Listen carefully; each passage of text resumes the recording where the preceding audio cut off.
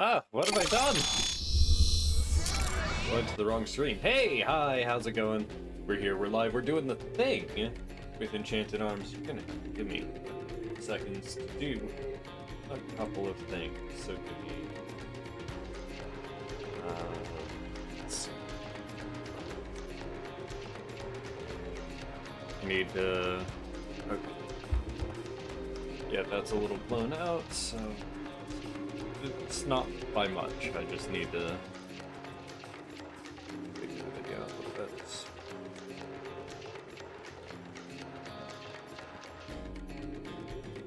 Drop the brightness some. That doesn't help, so we can do that. Increase contrast? No, reduce contrast. Ah, there we go. Higher contrast is not the problem. Yeah, that's better actually, and I can raise the brightness a little bit too with that extra contrast to make it a nice, clear image. Hi, I need to grab some water. I will be right back. Please. My apologies. I have poorly set out upon all of this endeavor today, and I haven't ground a single level in the meantime, but I will be right back, and we will do what we can. So, my apologies. See you soon.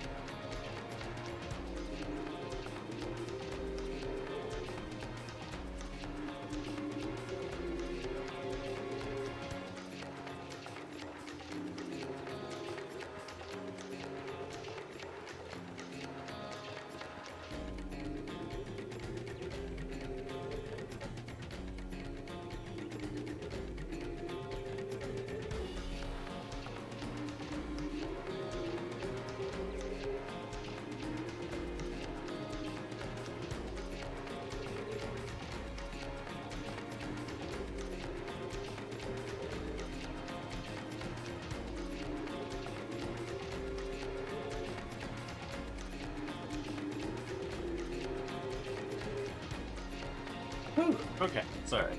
Nothing worse than whenever you're dry and like trying to do anything.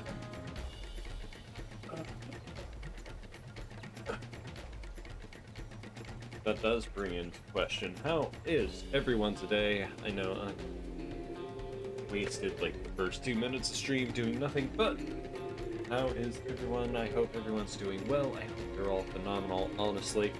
And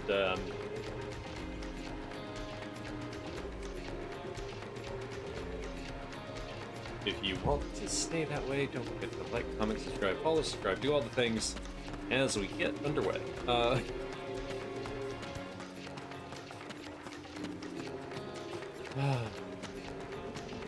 So, Kyoto City. I have no idea what to expect, but I do know that they're saying that there's going to be another devil. So, I guess we run into a devil. We still got a royal which can act as a core, so there's gonna be some stuff going on. Okay, that's... I'll have to deal with that in a minute.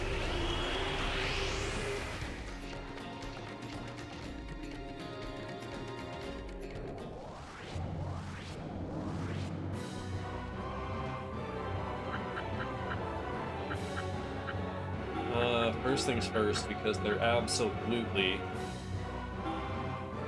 wind elementals. God damn. My drum roll. Poison Mist. Is that gonna do more than? Gonna do more than that. It's definitely gonna do more than that. So yeah, we use this. And then finally, Wave. That's not going to kill the one on the right, but it is going to kill the other two. For sure. Here we go. And with poison, it's going to do something. So, Well, it didn't do a lot, but this will. That's fine. Bam. Dead. Dead as fuck. Okay. But I can rest assured knowing you're actually getting a better picture than I am. Not a... like... No? I'm getting a crisper image, just a little bit, but you guys are getting just as clear of one.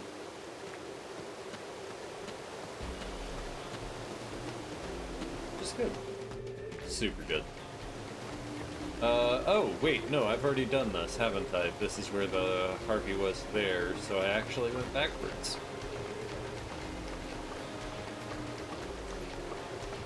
Told you I didn't know what to expect.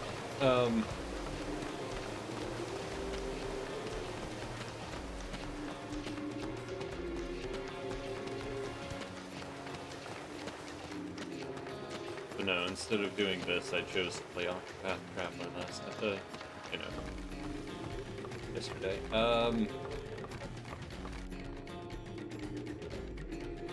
But I don't think grinding in this is that bad, so. That is actually a gorgeous, like,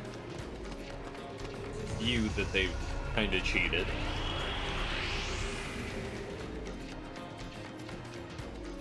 Because you can see where the skybox is, you can see, yeah, it's all good, though. Hey, looks like a fight. Part of the problem.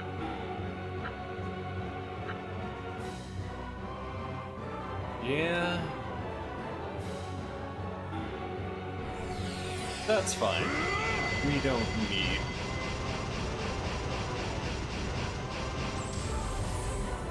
a lot here. What we need is Rygar to just destroy the enemy.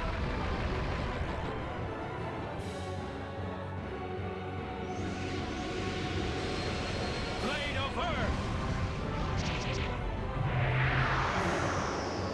Great job. Kudos. No notes.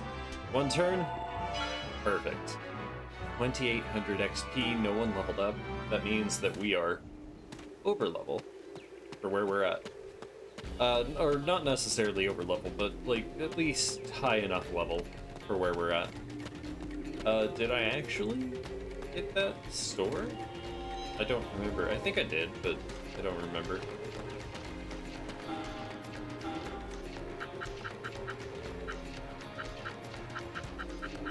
Nothing there. Nothing there. I don't need that. Power Dance is okay, but we don't want it. High Pot Shot would do a lot of damage to one single target, but it's got a weird thing. Mega Aqua Mist.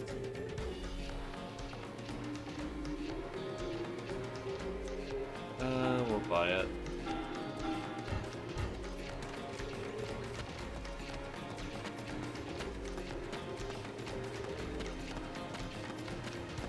Oh, and you're Earth, aren't you, over there to the right? Wow, how beautiful. Cool, look at all these flowers. This is the White Path. Aptly named. There is a legend that surrounds this place, as I recall. Okay. This is where people bid farewell to the dead. Bid farewell to the dead? Ah, she must be from around here.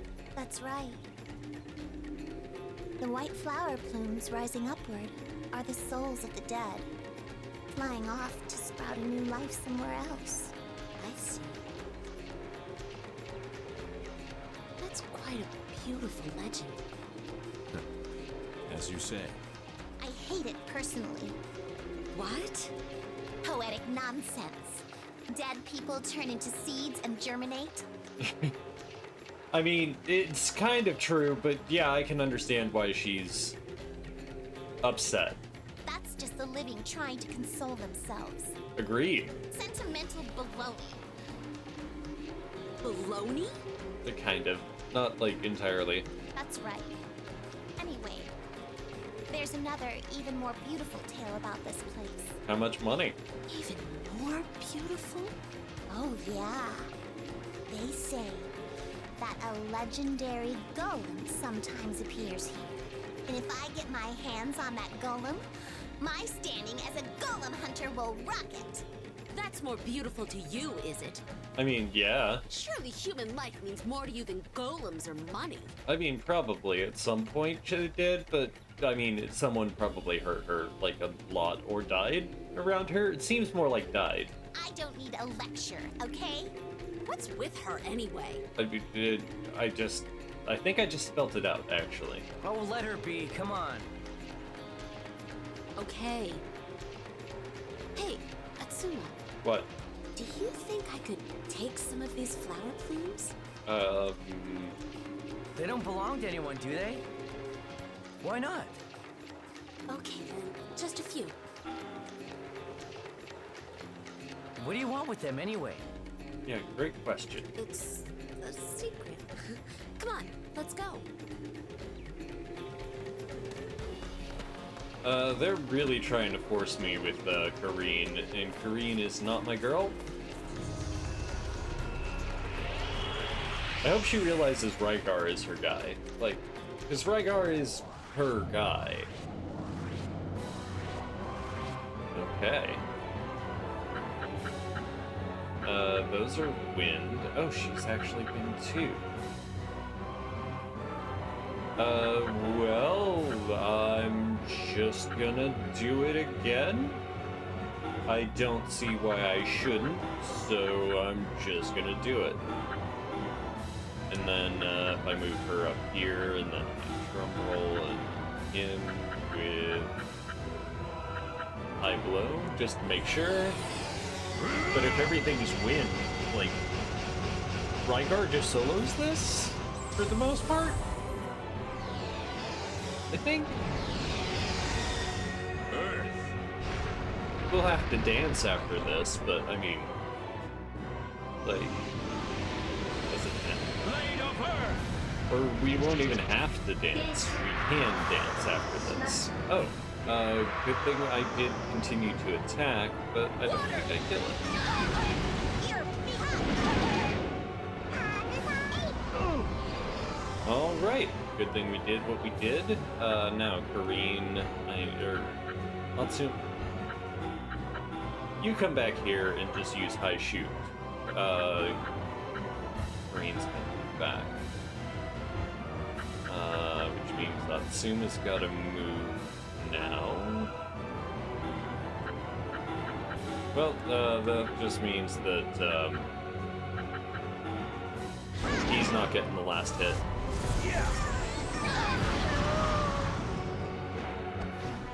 I didn't think his would actually be, like a coverable attack, but I mean, it makes sense, so I'm not gonna complain about it. Real cotton core. We got 4,000 experience and none of us leveled up. Man, how high a level am I? Like, what's going on here? Don't be fooled by their appearance. Oh, you move back. I drum roll. You move back. I earth stake. I blow. I shoot. Okay. Shut her!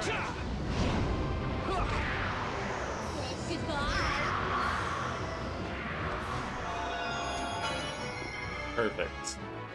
And Cerberus leveled up. Nice! Good dog. I wonder what he looks like right now. As close to us as we are. Okay, Calvaz is still, like, so god weak. It's because of his, spoil sport stuff, isn't it? We'll have to use him at some point. Cerberus not looking too good, but also not looking too bad. He can use Mega Hellfang now quite a bit. He's still, like, quite squishy for a level 20 giant thing, and he only has Mega Knockback.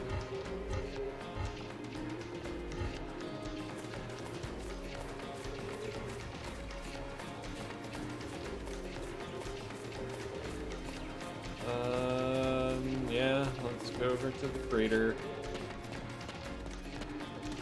Huh. Nothing in the crater, but there's a treasure chest back that way.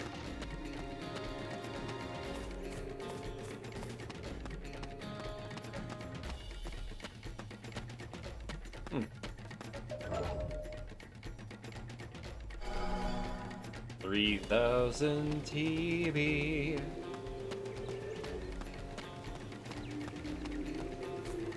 Alright, and I'm trying to keep an eye out for other things that might just be around. Like, items. Now come on! Oh, Rygar first. High Earth Spike. Cool. Yeah, high drum roll. You come back with that, and you come over here. High blow. That'll work. One down. Go.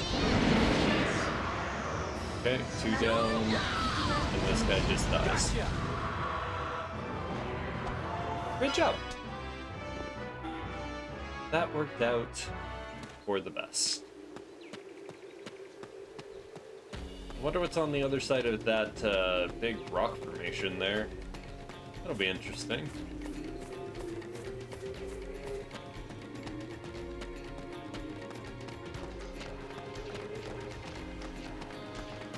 Ooh, underneath it even. Another treasure chest.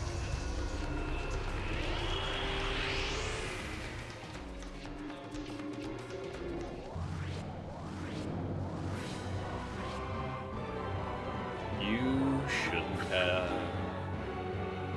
Okay, high blow. Okay, earth spike.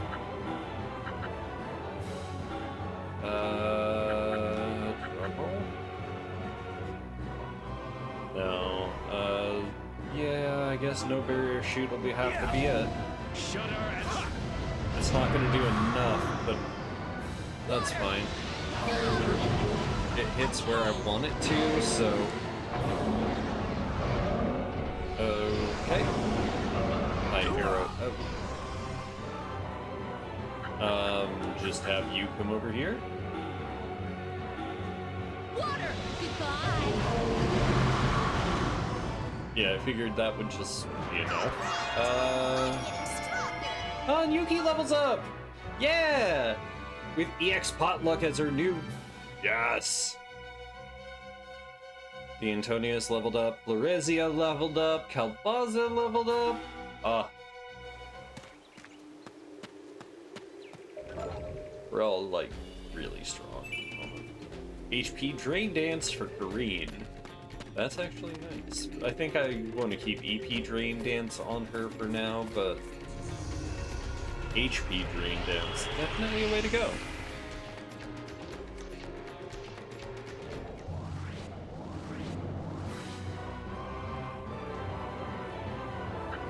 Okay, so I need you to do this.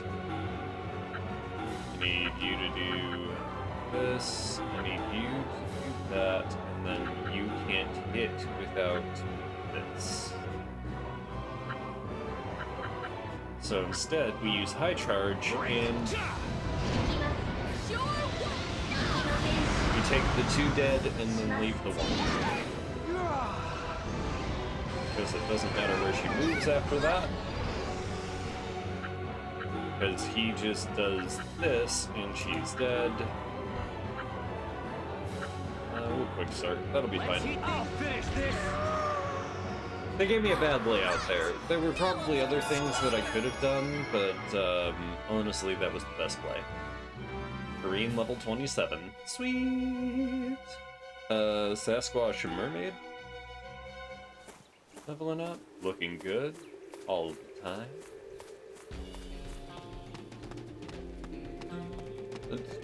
Sorry, it's not even that great of a song, but I kind of enjoy it. Considering they've made the actual, like, blowing of the wind as a part of the track.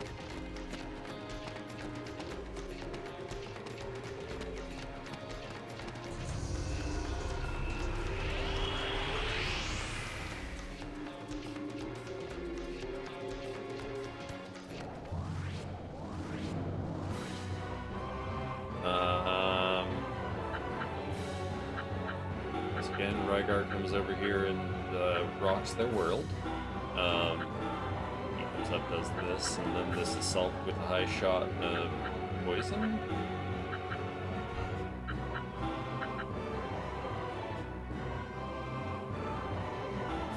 That'll rate for now.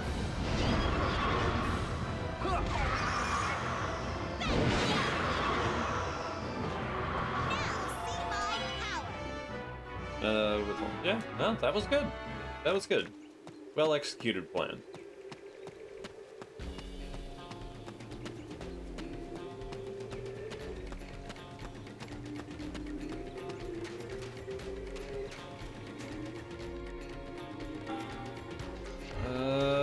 Yeah, we're just gonna go for it.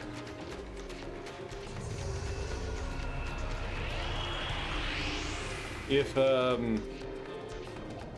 the layout's any good, then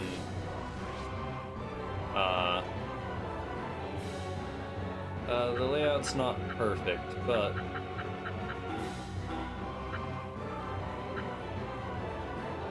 world creation kills most of it.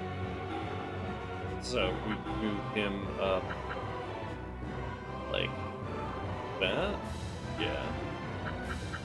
Move you up like that. And then,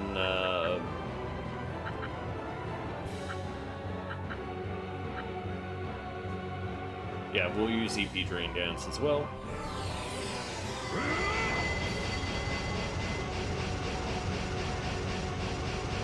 Having Rygar on the team right now really does help, like, everything, so...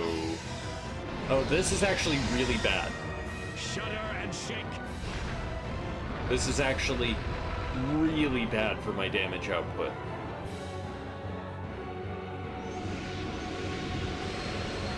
Blade of Earth.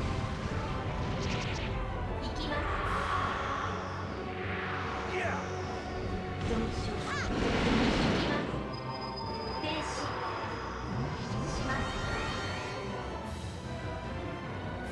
I really wish that we didn't all combo there, but there's nothing I can do about that, so we use a high blow to quick kill, and that's it. Oh, nice. Cerberus leveled up again, and Darius says, well, look, the Lancer Core is obtained. We get to move on towards Kyoto City.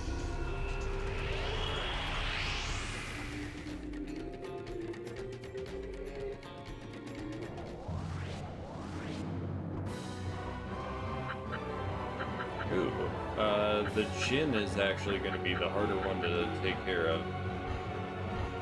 Ooh, okay, so what I actually want is shoot you from as far back as possible. And I can't hit him with the Earth because I just used that. You're already... So let's actually just move you over here to do that. You can use High Earth right here, and then this one is just dead, right? No, it's not. Ooh, okay. Yeah, we'll use High Blow to make sure one thing is dead.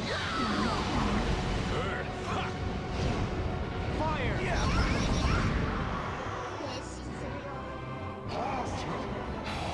Huh, okay. And then Rygar kills him? Just to make sure that he's dead. Break. Gotcha. He had 1 health. Like, legit 1 health there. What the hell? Albaza just leveled up again. If I find a VP thing around here, I would not mind having a little bit of a grind.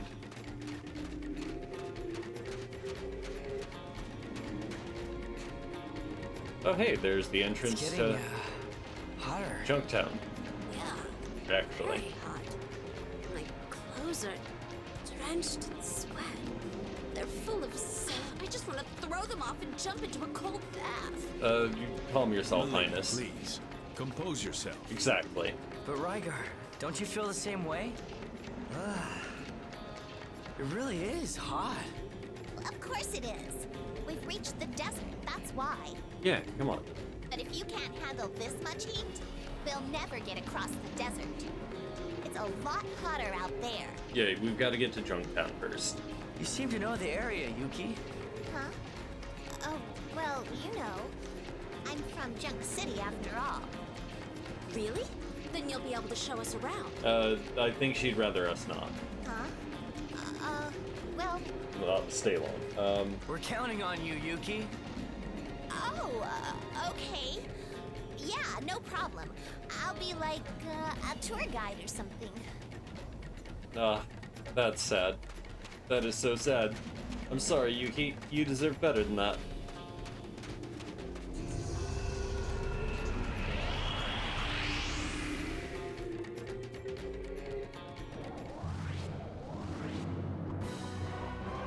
Oh, damn. I missed an opportunity.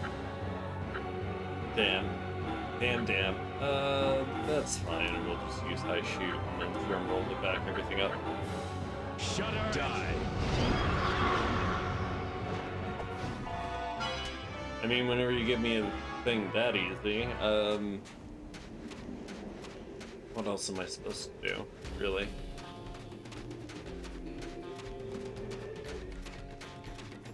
I actually imagined, the desert lasting longer. But then again, I don't think we've actually entered the desert yet, so... Ooh, nice. Alright, I honestly have never seen Junk City before, and This Junk is Junk City's City. killing it so far. Certainly lives up to its name. Also looks better than Old Ah. Hey, I kind of like it. Yeah? Thanks.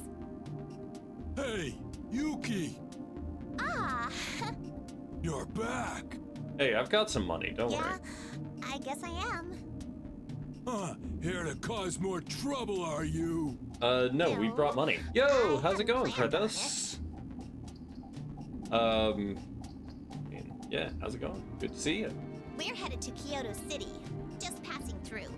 Yeah. Huh, well, I hope so. I've got some bad news for you, too. Oh, and what's that bad news? Bad news? That magic instrument you wanted so badly? Fubail got his hands on it. Nice. Glad. Because, everything's going fairly well here, too. What?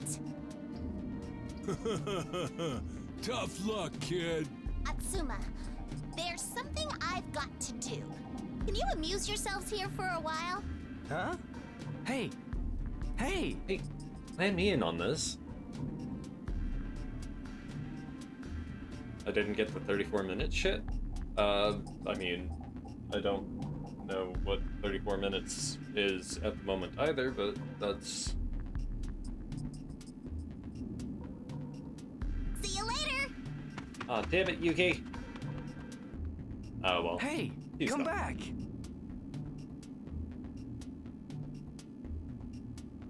Oh, okay. Don't worry about it. The first 34 minutes were legitimately me getting water and What's then, that all about? I wanted now her to I show us understand. around. or me getting water and then, like, no story as I made my way to Junk City.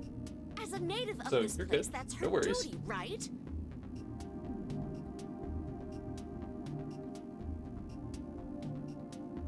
I don't remember you showing me around London, though. What?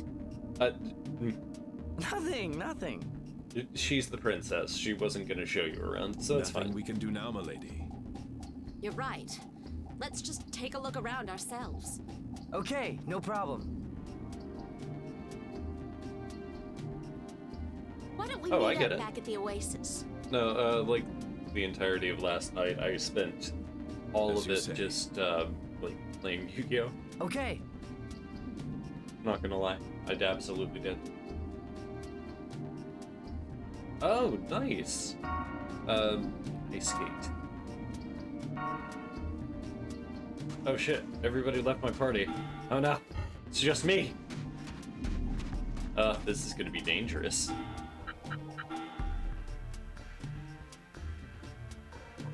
Yeah. No, I play Master Duel on occasion. I haven't, or I've got a deck that I'm just now, like, kind of tooling with and yeah. So, because there's the Master Duel, like, event that's going on right now, for people who have...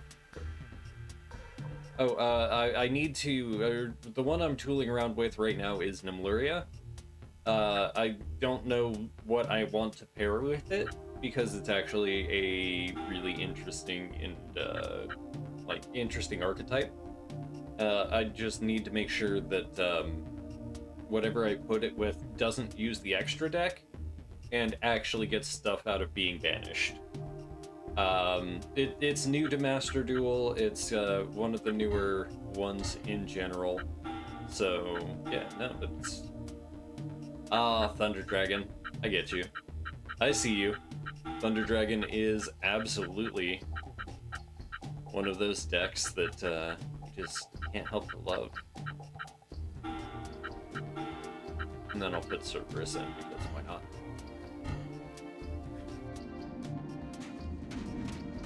But no, I play Shaddoll, I play Zephyra, I play...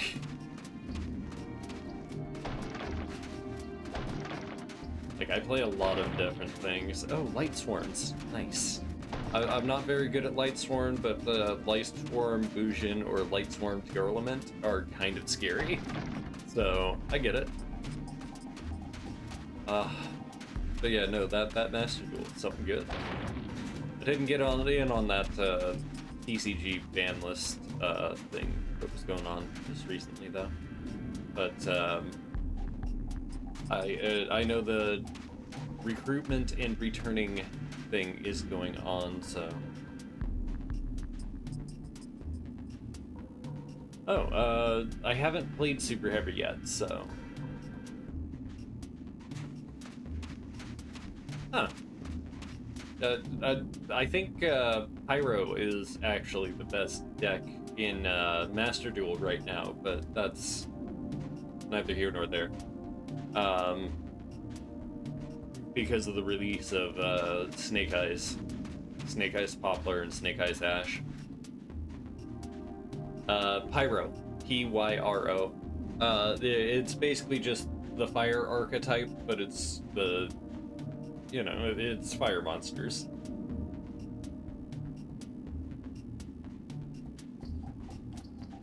Oh, right. Gotta deal with that sooner than I wanted to.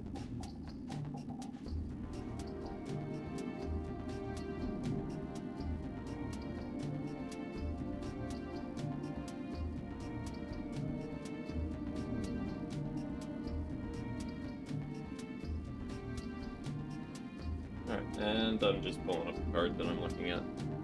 Yes, indeed!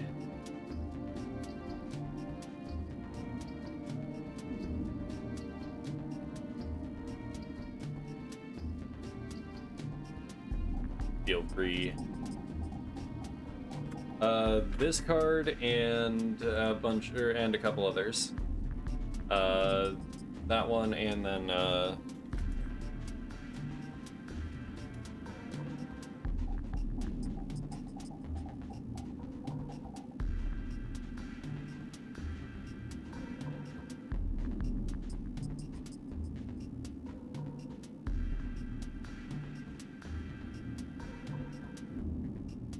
but no, they got these cards, but these are just the start of it.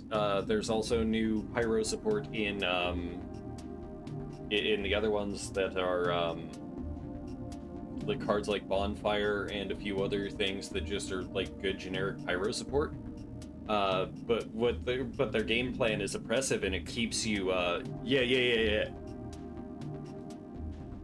And it keeps you off of your monsters while putting theirs into priority, and it combos so well with Bellstar and a few other things that it becomes oppressive. It's not quite as bad as like whenever Tearlament is there, but it is going to be an incredibly powerful deck.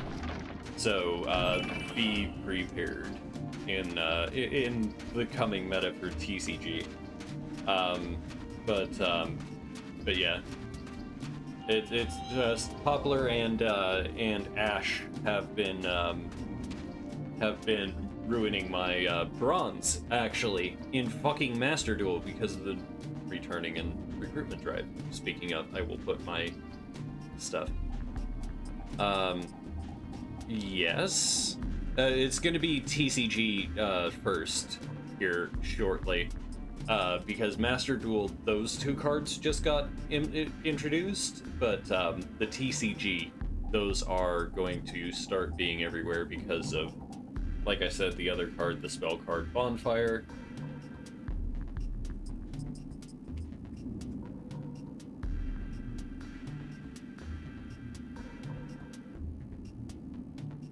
Which I will also link. No. They're going to. These two cards, Ash and Poplar, are already big in Master Duel. They're rares. They are only rares. Those two cards are rares, and then you pair it with Diabell Star, and it's already starting to like transform the meta. They're already here. Here they are to ruin your day. Bonfire's not out yet, but yeah.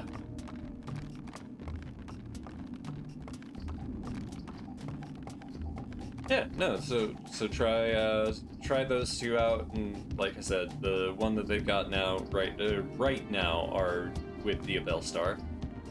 You don't have to use it necessarily with Diabell Star, but that seems to be the pairing.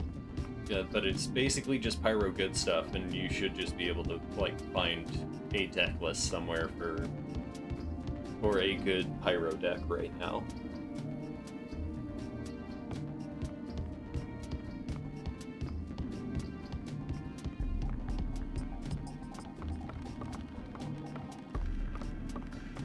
Oh yeah, no. Keep your pet deck. I'd never throw away your pet deck. My pet deck hasn't actually. My pet deck is the one that I play on mobile. It is absolutely Dino Wrestler, but Dino Wrestler is just so goddamn bad, just so bad. They're one of the worst archetypes. They're so fun.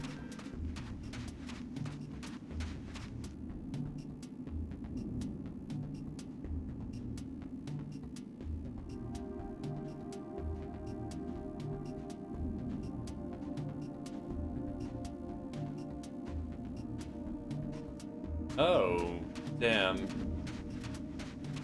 Brother, huh? Looks somewhat like me too? And his grave's a dick. Not gonna make too much of a comment on how much of a chode he might have been. That's not for me to say.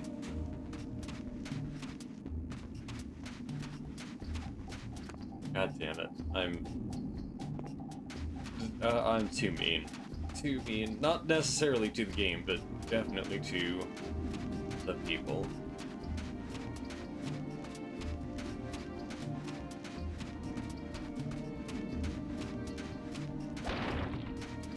I still love how, like, punching crates is a good thing in this game. It looks like it's property destruction. Nope, not property destruction. You're actually just doing a civic duty by cleaning up the litter because it dissipates harmlessly. And you get to keep anything that falls on the ground. Lucky you. Like, what? Really? Those aren't... Oh, it is Enchanted Arms as the helpful overlay will display. It's a Xbox 360 exclusive that ended up being ported to the PS3, and the PS3 is the version that I'm playing right now. It doesn't have multiplayer. The multiplayer is in the 360 version only, but this one has Golem Strikers. Yes, sign me up.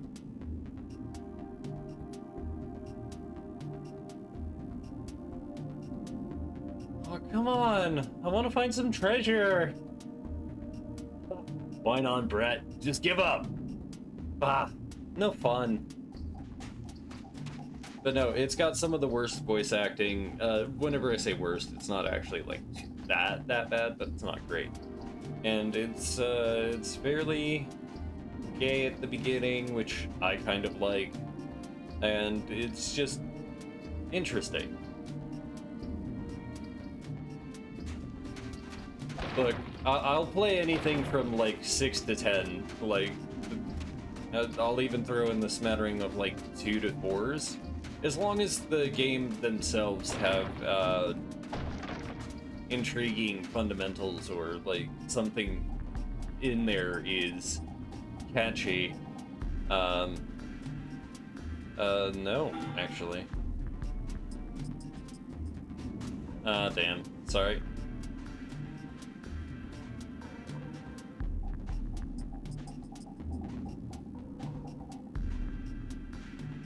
You can make things with Junk City ingredients, Kareem. That's not the learn how to cook first. Kareen absolutely cannot cook. She literally made me sick whenever she tried, so, like, nope. But yeah, no, I played, like, anything. I do play more, like, this style, not necessarily this style, but RPGs games than anything, but, like, I've played sports games, I played, like, everything. Played some RTSs, like, you name it. I've played something in the genre, I'm sure.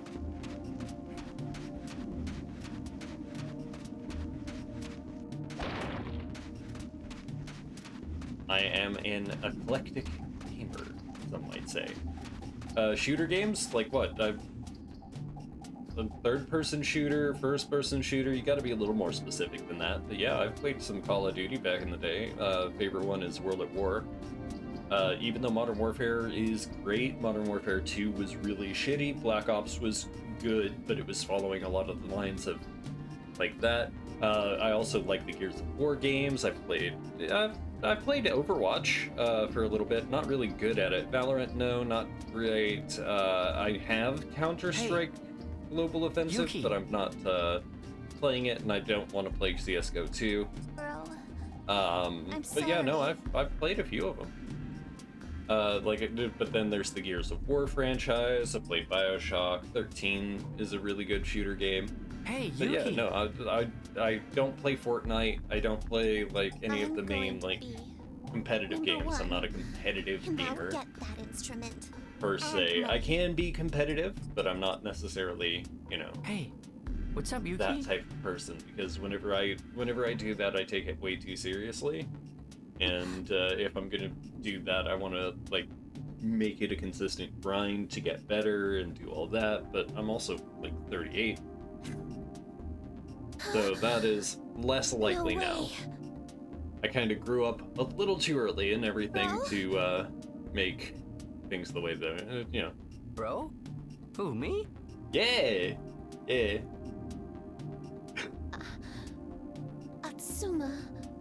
Atsuma, it's you. Yeah, who'd you think it was? What are you mumbling It's about? always a surprise. It's always hard to tell whenever, I'm speaking to somebody who's in a different country and, like, behind a screen, but Twitch could be in the... So I'm gonna try about, like, 23 to 27 is where I'm gonna put it, but it could be younger, could be older. Nothing. Of course it's you. I can see you know. You're weird.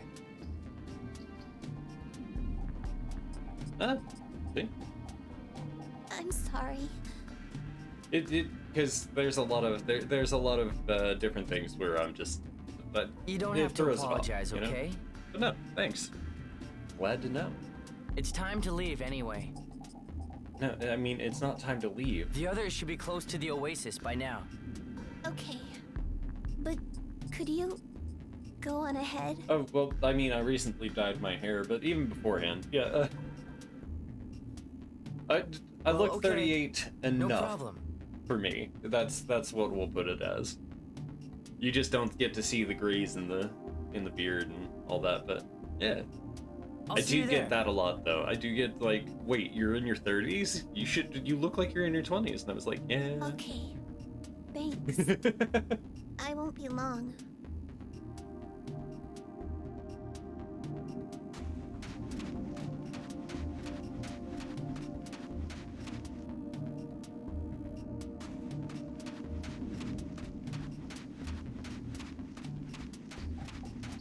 I work a full-time job as a janitor at a local fast food restaurant. And other than that, I'm just basically like living with people. I've got 3 partners, a girlfriend, a boyfriend, and a non-binary partner who has their own boyfriend who also lives with us. And like I'm just, just living, doing all the things, trying to keep life going on. Nope, that is not where we want to go. Where's the oasis?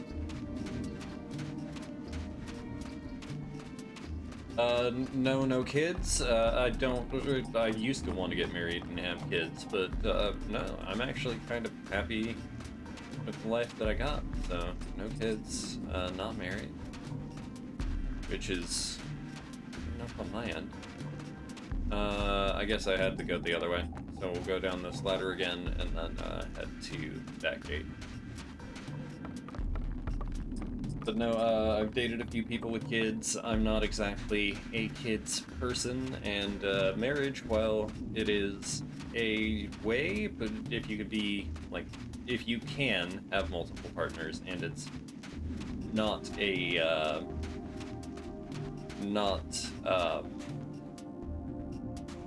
what am I trying to say?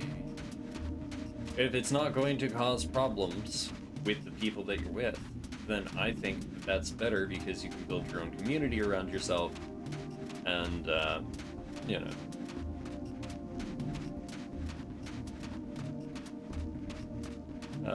Where's the oasis then? Where am I supposed to find Rhaegar and, Crane? Are they by the save point?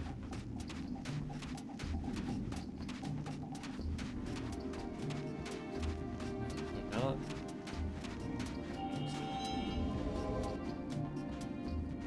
It's not that I don't like kids. No, you're fine.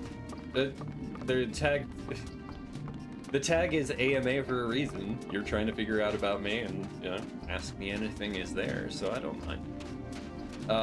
So yeah, here's it's not that I don't want kids. It's just that I don't have the right temperament for children. It's a me thing more than a kids thing. I don't know how to explain it. But yeah, and the marriage thing is a different. All right.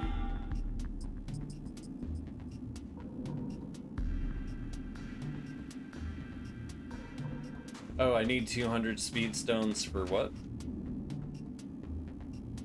VP cost cut. Oh, actually, yeah, I do want that. No thanks. I need to go buy some speed stones then.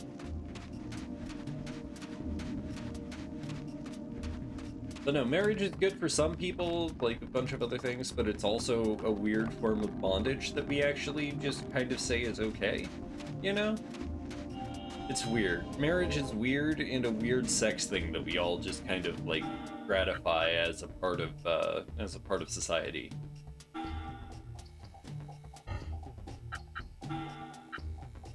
Oh, I only need 30?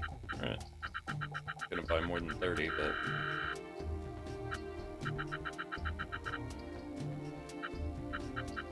yeah, 550.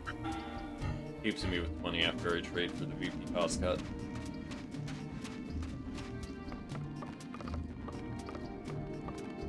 Okay, so first things first, marriage is in my country, specifically in the United States, is a weird a weird thing that we do literally just between one man, one woman, or two women, two men, blah blah blah. As long as they're consenting adults. We say you can pair off and you may have sex with only this one person to gain tax privileges. Why? Second, why do we have an exchange of rings, a literal like thing that we put on our fingers that bond us to one another, right? It symbolizes our purity, and it's like, why are we engaging as kink and telling kids it's okay? Because generally the people who push marriage are generally like the most conservative in our thing and say that is purity. Whenever it's just as good, whenever you're out there like with other people, right? You can have as many partners as is ethical and you can afford to keep, right? That's the thing that you should be able to do, but it should be able to be open and honest for everyone. Even in marriage, you can have like open marriages, blah blah blah. There are ways that you can go about it as long as you want to just like get the tax incentive. But really, it's a religious ceremony that we've kind of just said is a part of our culture and a thing you need to do to be good. Why? Why do I need to find one and only one person that I can fuck for the rest of my life and give them just, in America especially, give them a ring that's worth 3 paychecks? It's not just that I want to have more than one partner. That is me, though. Yes, absolutely. I want to have sex with everyone. Not everyone, but within limits, I want to have sex with everyone. But yeah, I personally don't think that monogamy is a thing we need, and I think people are generally more fulfilled without that. I think that there are critiques of like the monogamy practice that we have, especially considering it's so enshrined in the cultural zeitgeist of patriarchy and being used to control women and their rights more than anything else. Like, there's a lot to the critique of marriage, and there's a lot to marriage that we're not really like thinking about. But I'm just going out there and like speaking my own truth of, yeah, no, it doesn't make sense to think, hey, at 20 or 23, I found the one person in 300 million or 8 to 10 billion that I will be sexually compatible with for the rest of my life. And I don't understand that. That's a level of arrogance that I personally just don't feel. Because things will have like never really worked out in a relationship unless I've been working with it, and I'm just so glad to have other people, to have like a community around myself of people that are not only people that I have sex with, but that are my best friends and actually have so much support around me. And we can all just build this little community around ourselves of people that we're close to and people that and it doesn't have to just be friends. They're the many relationships that we are along the way that we show love to in our day-to-day lives. But the way we have marriage situated right now is legitimately you're giving yourself to one and only one person to love. And then you're going to have children to love, and those are going to be your only support networks? That's the way it is in America anyway. And there's other like places, and there's much better family traditions and like togetherness and closeness in other places. I'm not trying to critique marriage everywhere. I can only speak from the personal space that I'm in, right? But yeah, no.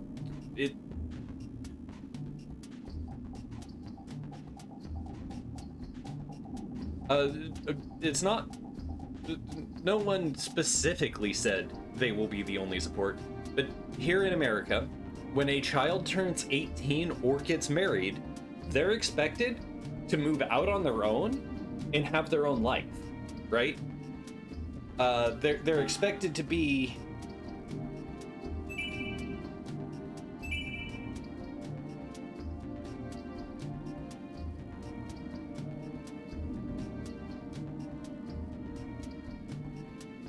Yeah, no, 200 seemed like a steal for that. But yeah, no, it's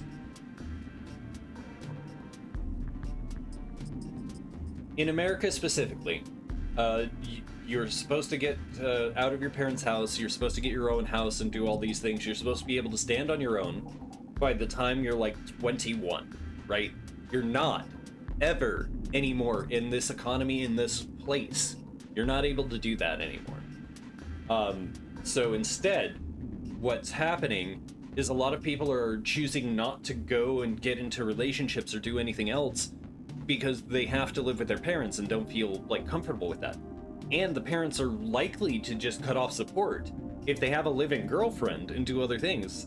So it's really, really hard in America specifically to say, hey, spend all this money, get unionized to one and only one person, and then just go have your own life and let me have mine, says the parents. We're not going to give you any financial aid, we're not going to give you anything like that, and they'll have their friends and other people, but they're going to be struggling on their own, and same with the other people in the family. Like, unless you're exorbitantly wealthy, then it is just kind of sink or swim if you get married.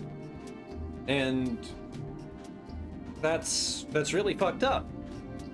I think we need a better culture around this for me to actually really like the institution of marriage. Marriage itself is a really complex and complicated issue, and if we allowed for consensual polygamy, I think we would be in a better space, but I understand how consensual polygamy is a really broad and open topic and can be seen and can be used to like abuse other people, especially whenever we have to factor in like abusive relationships and manipulation of people and like just the shell games that go on with the deception and safe sex practices and blah blah blah. So it's better not to open that door, but at the same time I think we have to take a better look at the incentive structures and the way that we have marriage in like our society and fix the problems that we have with that general concept before I can actually say like, yeah, that's a great idea.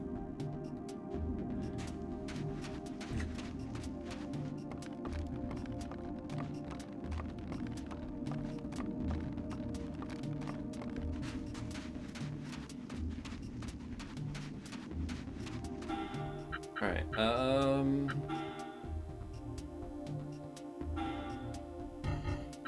skills, Atsuma.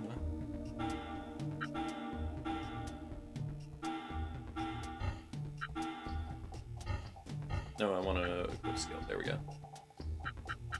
But yeah, that's the end of that for me. Knockback's not that bad. We get the cut DP use. Okay. That right there will save so many lives. Fine. I guess we just go back to the other side. There's a private residence that I didn't go to. There's this. Do I go to the peaks? I guess I go to the peaks.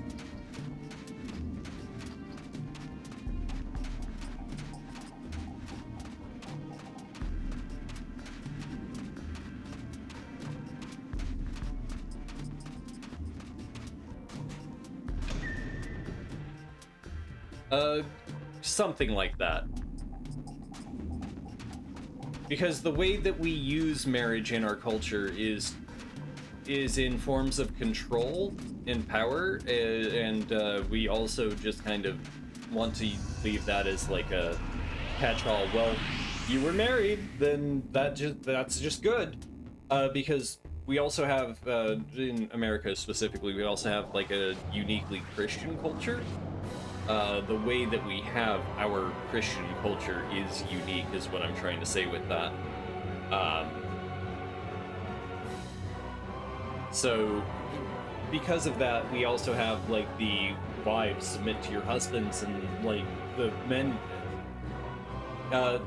marriage, by definition, according to the book that kind of, like, runs things, yes. According to the religious institution, yes. Because who is the head of the marriage? Who is the head of the household? It's the man, right? Because the woman shouldn't teach a boy or anything like that. Like, the woman has no rights in a marriage. The woman's the one staying at home, doing all the chores and all the work and all that. We don't see marriage as, like a man can go into, like, childcare. We don't do that, right? We don't do any of this. So what we do is we use it to enforce patriarchy. Like, we use it to keep men in power, which is a shit way to use marriage, right? Or at least in my opinion. Like, the way we use it is to legitimately ensconce control and take away rights from people. Like, in America specifically, marital rape was legal until fucking the 1970s. That's fucking ridiculous, right? I'm not the only one who thinks that, right? That's really fucking weird.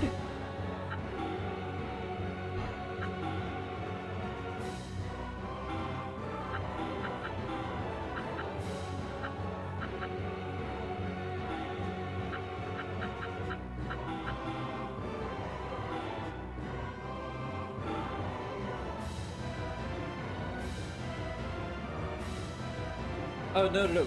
Yeah, we use marriage to ensconce patriarchy, to enshrine it. We tell people that it is okay for the man to just be at the head of things by even just by saying that the father is the head of the household, the main breadwinner, the person who gives the final say. The phrase "wait till your father gets home," so we put men at the head in the hierarchy of everything, starting at birth. That's fucking weird, right? And that's normal? Why is that normal?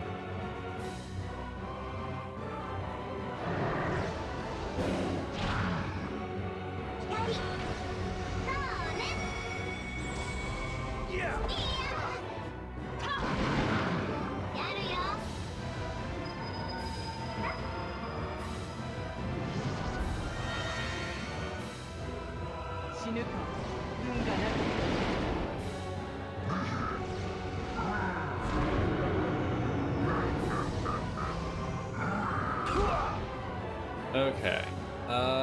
In which case, you go back here, do that, you shoot again, and then you just hide low again.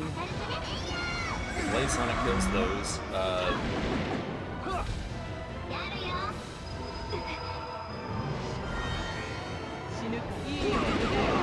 That's fine.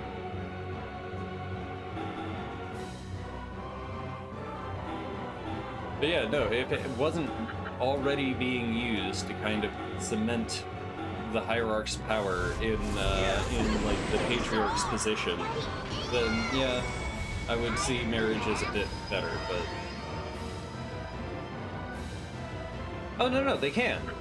Like, no, there are benefits, and there are women-led households, there are, like, it's not,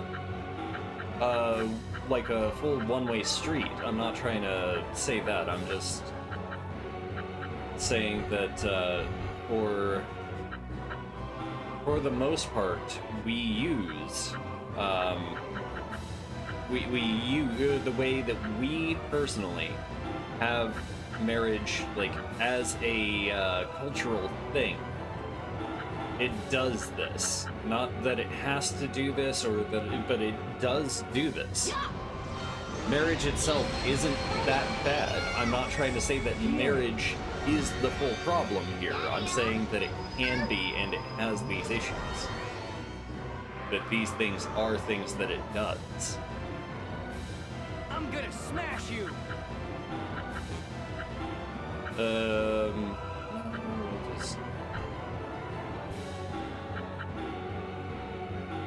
Yeah, we gotta bring people back. Stand by, and we'll recover body again. all better.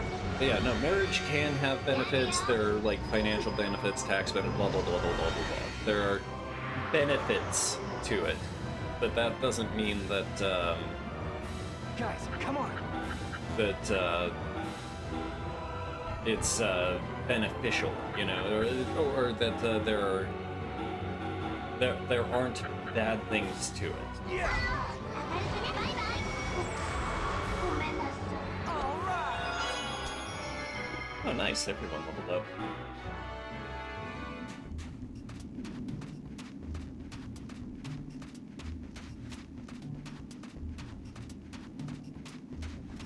Because no, there's benefits to everything. Look,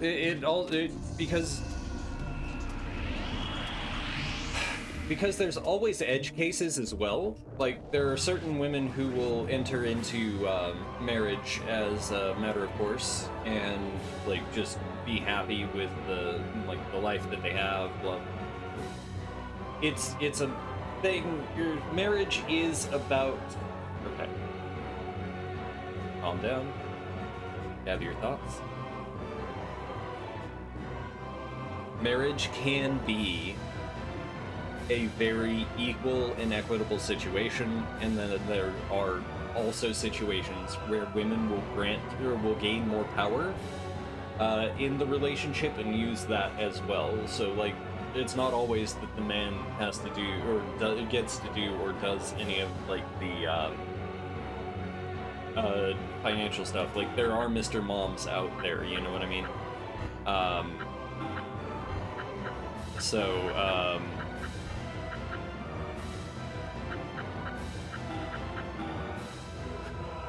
So it's really just a broad and hard topic to kind of like get around. But marriage as a whole is an institution that we need to like pay attention to. Yeah, I want marriage to be equal between partners, and right now it is not. As an institution, it is generally used to ensconce the patriarchy and other sort of problematic elements of our society. Not that it will always do this, or that it has to do this by a matter of course. It's just that's a fair marriage. That depends on what your definition of a fair marriage is. But no, there are fair marriages. There are fair, because it's all about the people who engage in marriage that makes it good, bad, and or indifferent. Like, that's really all it is. It all depends on who is the person, or who are the people engaging in the act that make it good or bad. That is my general view on things. But as a whole, as a system, right now, because of the weird religious underpinnings and because of the other things that we do in society, it is, I believe, a harmful institution.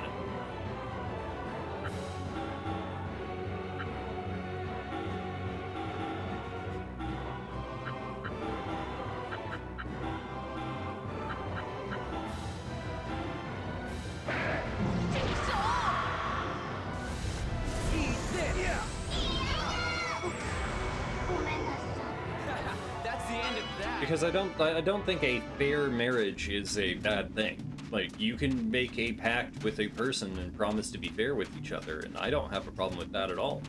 If that's what you want to do.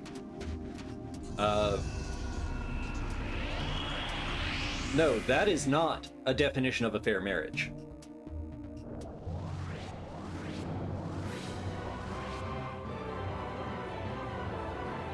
Because you're just stating that's a fair marriage. Okay, so what do you mean? How is that not fair? Because you just described an inequitable situation, right? You've given women 90% of the household work, and then you go out and do whatever the fuck you want, and then you say protect as a thing too. So you're gonna have to like break that down. But what you've described is legitimately no. Fair does mean equal. Fair doesn't mean like 50-50 equal, but fair means equal. Yeah, it does, my man.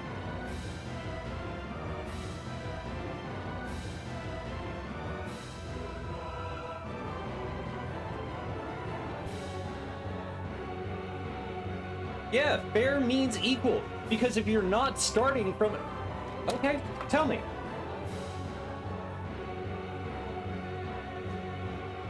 Because here's my point, right? If you're not starting from an equal start, how are you gonna finish, like, ever? Like, how is that fair? Because it is a problem right here. And I'm not trying to say, again, if you discussed this, if this is the way that you discussed with your partner and they're okay doing that with, I've already said that that's fine, but that's not a fair marriage. What you've described is a place where a man has autocracy over a household and then dictates to a woman to how she should be taking care of the kids, at least. Unless you're trying to say that, yes, you can have that kind of traditional thing and be able to talk, that's fine. Again, I've already told you that that was fine, because that's the way, like, people are supposed to do things, and if that's the way you want to divide that up, fine. But that's not necessarily fair, right? Because that's legitimately, she's taking over what, you're not also telling me, like, are you paying, like, are you actually, like, is your name on the bills, are you actually, like, paying them to, yeah, that's what I'm trying to say. It's not fair, it's not inherently fair, because did she get a full say in, like, how she ends up, like, doing those tasks, or, like, it's not just about division of labor, but division of labor is a big part of what I'm trying to get at here.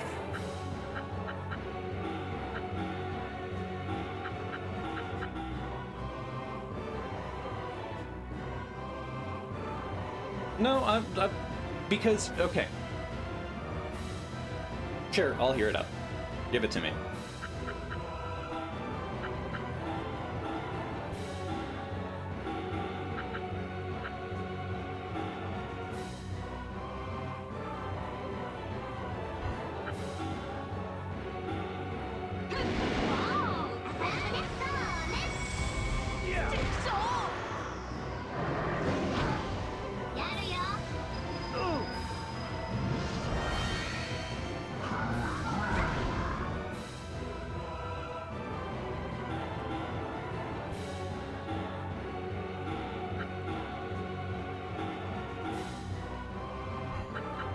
She's not going to die from just a hive blow, so that's going to have to kill, and then I can move him back.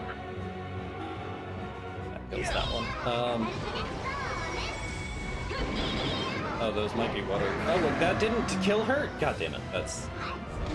But I'm willing to hear, yeah. Aw, no way! Oh, that's fine.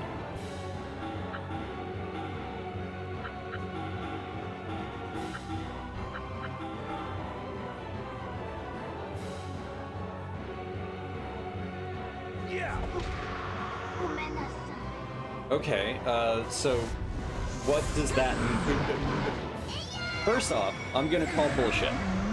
Because that's not equivalent to the analogy that we're going with the man and the woman in the marriage. First things first, just to let you know. So I'm gonna just say no on the, like, one-to-one here. But yes, I do think that that is a fair thing to do, but I think that's because the other person is disadvantaged, and me, I am not. But that makes things equal. Do you see what I mean?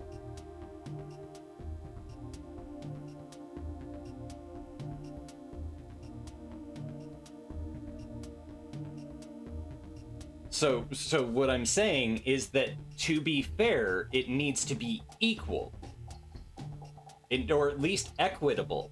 And that's what I'm trying to say, is that you can discuss and you can have all these things, but that's...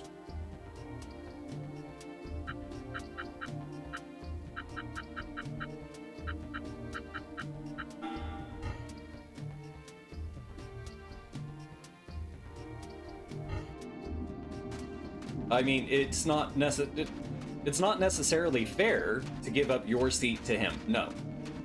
Because you are technically being put out. That's not a fair exchange. But in consideration, you can make it more fair to him because of his disadvantage in life rather than anything else, but it's still not fair to you. That's not a fair thing to do. It's a good thing to do, but it's not a fair thing to do.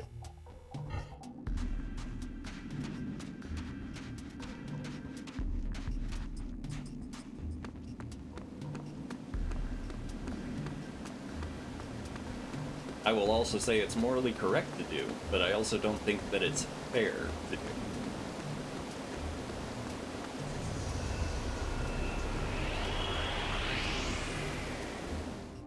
But that's me. That's me, like, quibbling differences here. I'm not trying to say that it's not just me having a particular way of, like, what I think of whenever I think of this word.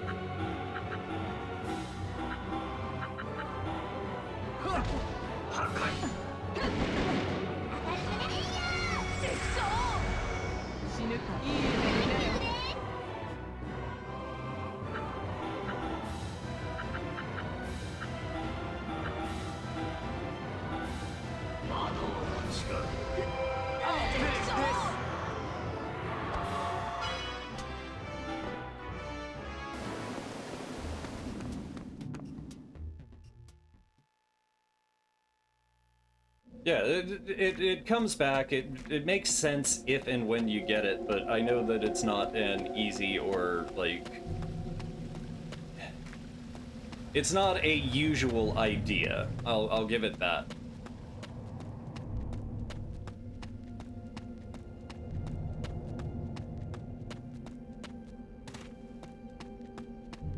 Yes.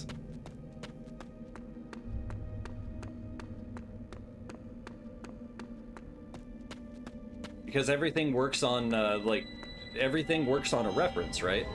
Everything is subjective to a certain point. There's an objective reality that we're all ascribing to and that we're all kind of, like, playing at, interacting with, because we can't know anything outside of our brains because we're human animals and it's electrochemical, whatever the fuck, because free will's technically an illusion built upon the machine that we actually created ourselves due to our illusions of self, through the brains and the functionings that we have.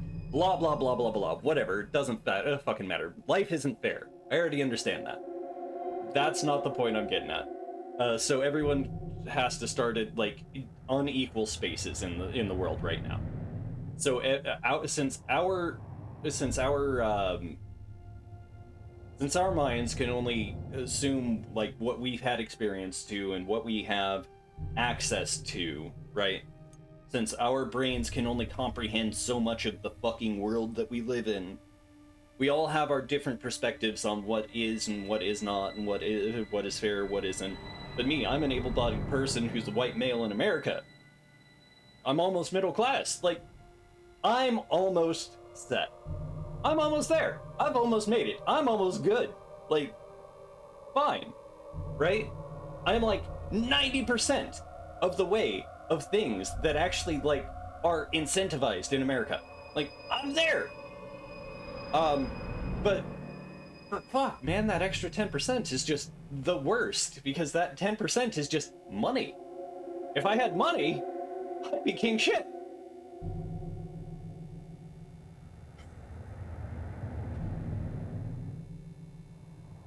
But at the same time, we should be using our money, we should be using our power, we should be using our influence to give those people who don't have as much as I do, granted, a better starting point. Because I may have started low, but I started fucking here compared to some people. Like, they started, like, fucking here. All the way off screen. Like, below the table. So, while it may be unfair for me in the short term to give up my seat on the bus, I can justify that as a moral action that I've done for that other person in the name of fairness, right? I can justify that I'm being fair to that person who was disadvantaged. And that's how I justify the action, but that doesn't mean that it's a fair action. or a fair system even, because the systems can be incredibly unfair to people who you don't even understand that they're being unfair to. And that's just the thing.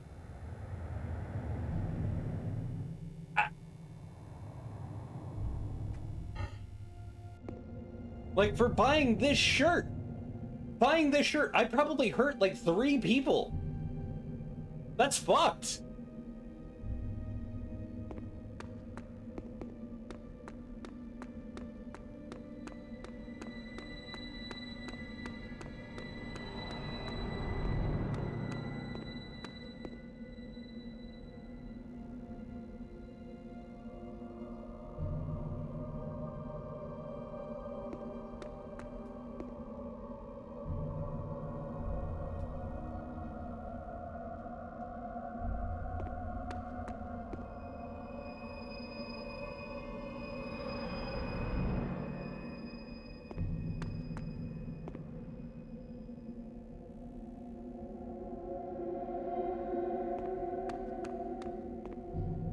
Alright, and I think I'm in the wrong space, just like in general then.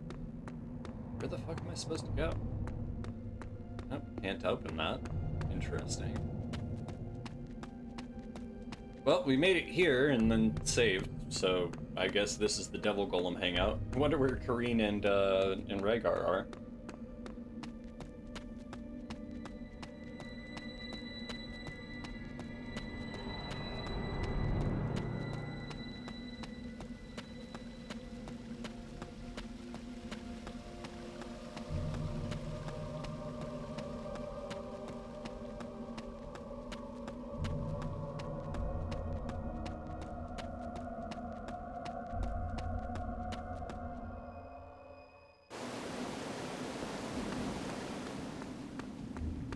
Okay, I want to wait until I got Rhaegar to challenge that, so we're just gonna have to run back to town.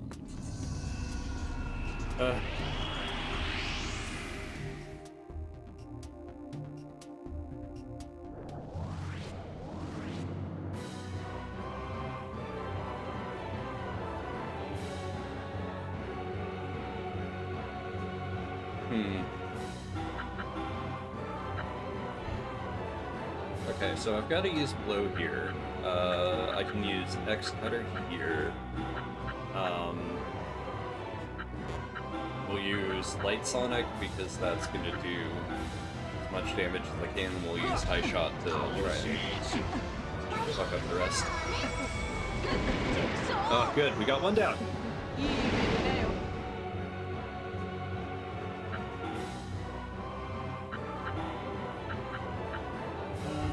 Oh, we can move him back and hit off of impulse. Good. High blow, light sonic. Oh, good. We get to overbreak pretty hard too. Nice overbreak upper. Another one in the bag.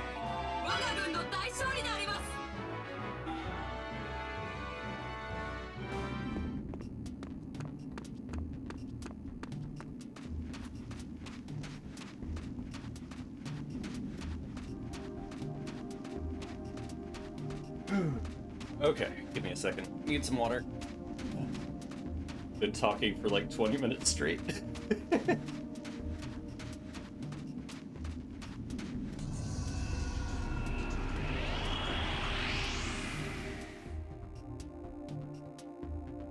Ah, nice. Welcome back. Let's do this quick. Okay, she has less health than those two, so what I want is actually you, High Blade.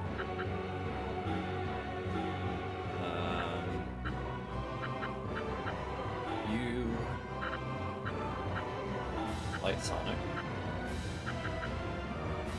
Alright, so that's 140, 121.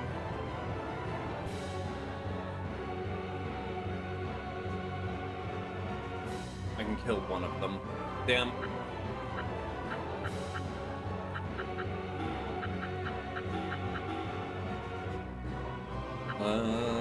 I can ensure the kill for here, and then we're gonna move you all the way back and just do high shot.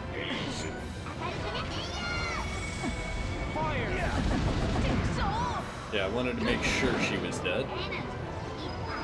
Oh, nice, actually.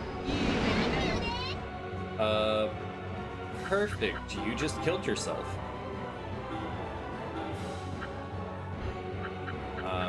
So that goes there, this goes here, and then this comes back to finish that off with stand by. Oh, damn, they're both alive. No! Oh, yeah. I understand. No sweat. Guys, come on. We use Aqua Impulse here, we use that, and then come up with High Shot. Finally, Quick Start. That should kill, but I don't know that it will. Oh, good, it did. Yeah, no, that's... I understand that my views are probably a little bit weird, but I hope that I've explained the reasoning that I have for them as well as I can.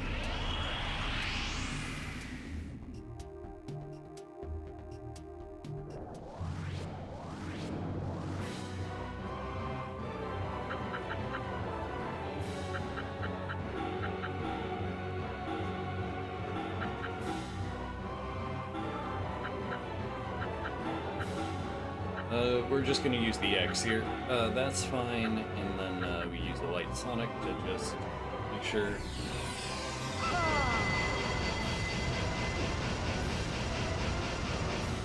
Good. Appreciated.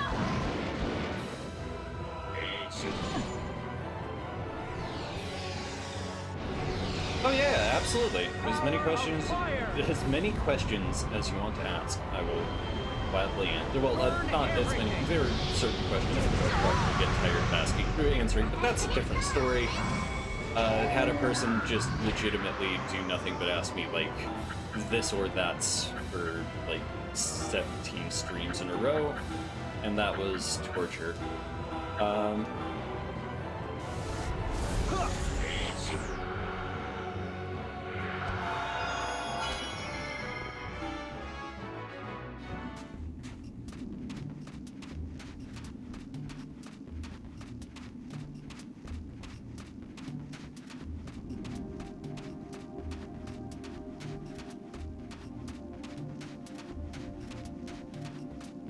I mean, just so as long as you don't go excessive with the question, like the question typings, you know, then it'll be fine. That's what I was trying to say. I don't mean to say don't ask me questions, but no, like mostly I'm an open book. I will answer as well as I can, as long as it's not legitimately X or Y and it's all about genocide. Yes, that did happen. People are weird on the internet.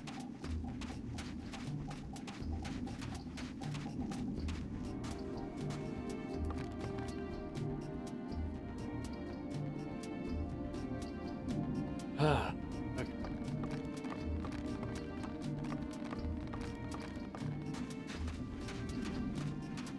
Oh yeah. No, there's family all over. Like you can found family is the thing. Like no, you can have family wherever. Family doesn't mean marriage. You know, family is the people that you choose to have around you, generally. Friends can be family, like, can be blood-related, blah, blah, blah. It doesn't matter. You can, yeah, and you can have kids and all that, yeah. Like, adopted people have that shit all the time. Technically. Like, yeah, no, family is what you make of it. I also don't necessarily care about, like, lineage as a thing, but that's a different story.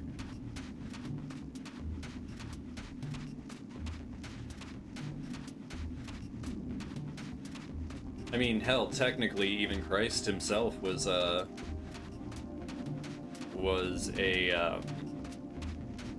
adopted son, right?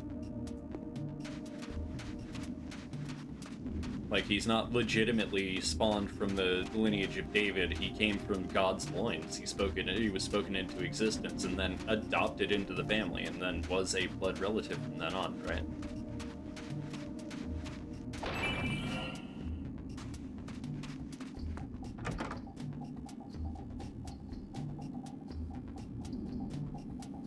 Ancient Tales?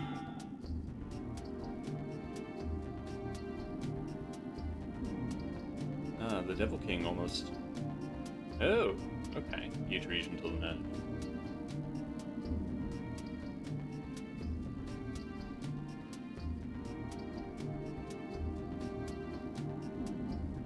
I mean, that's the story, though, right? I mean, fair. And what's the story that you have? Because the Christian one that I know is that God impregnated Mary when she was 14, just after the marriage, as they were, and then Joseph, while she was married, had to move to Bethlehem because of a fucking angel message or something that told him, don't flush it out, bro. Don't go get her to drink the bitter water. Just move, and there's a census, so you better go back to your home place because that makes sense. Plus, they tell it like 4 different ways, and look, I'm not exactly in on the whole Christian thing. I just know that it's the majority religion around here, you know. But I'm interested in hearing the stories from other religions. That would be interesting too.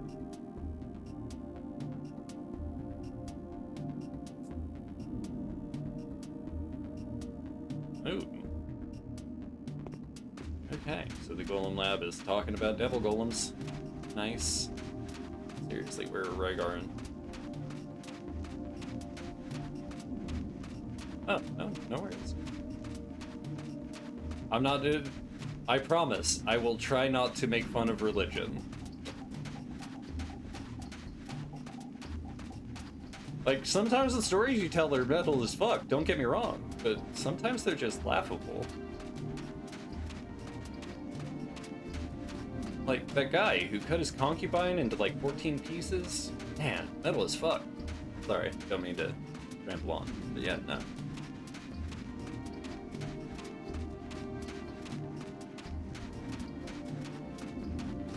Oh, okay, they were here the entire...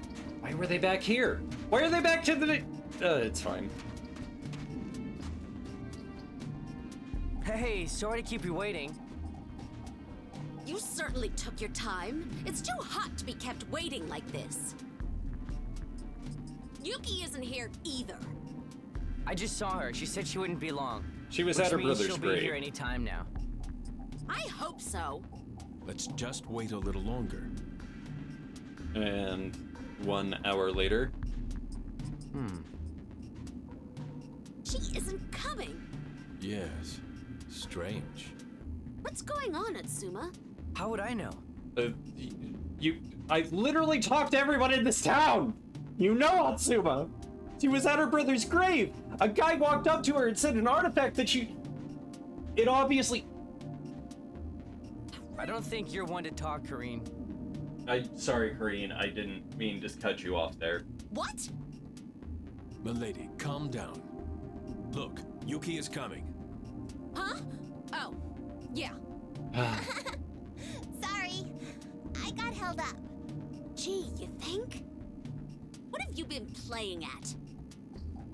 Nothing much. Just had a little business to take care of.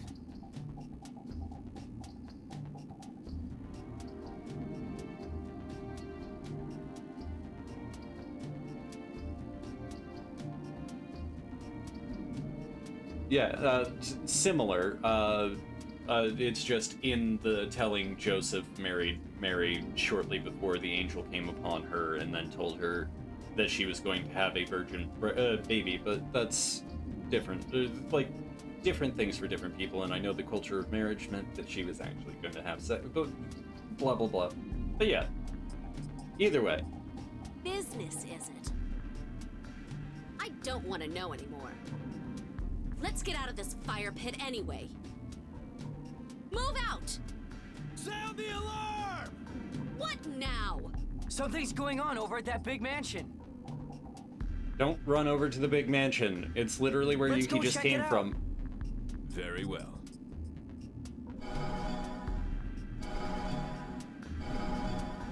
Ah. Oh well. I do not know.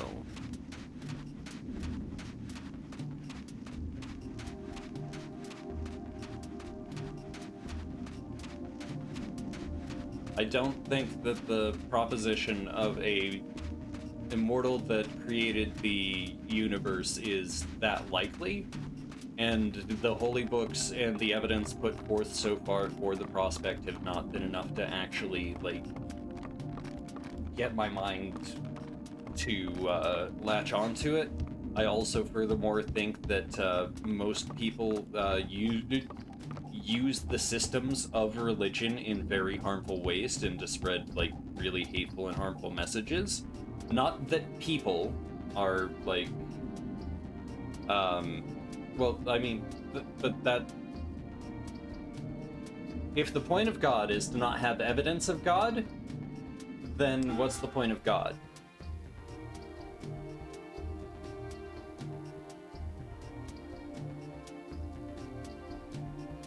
Right? Then there's nothing to show that there... So if there's nothing to show that there's anything that's interfering or, like, even... So, I don't understand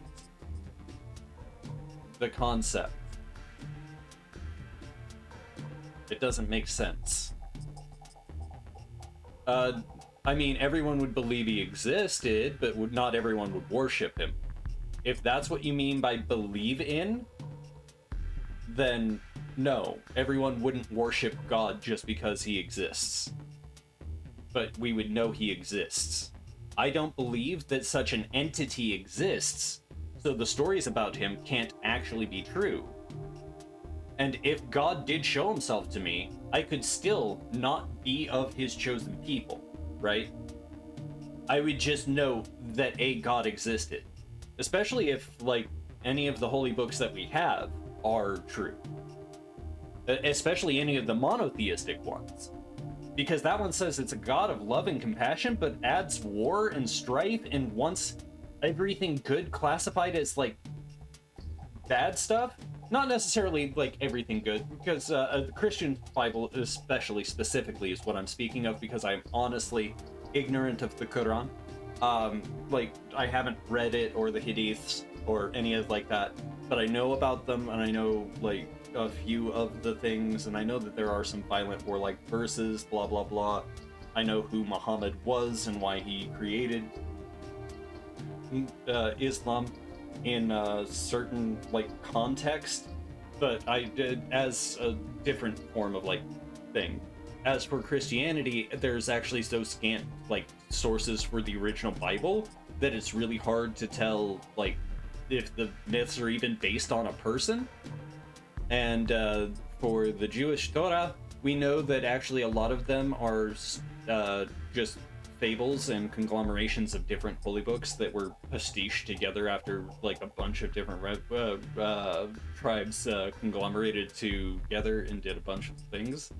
Like, so, like, all religions have changed, like, so far, and the God that they all, like, say is there is a bloodthirsty tyrant. So I can't, right? Well, then why have it? Then why have the book, right? Then why have conflicting books? Then why have pantheism or polytheism?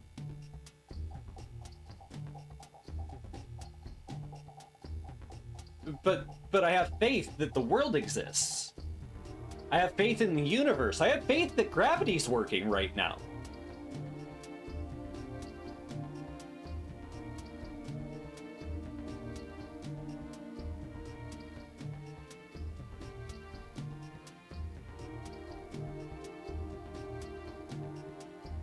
So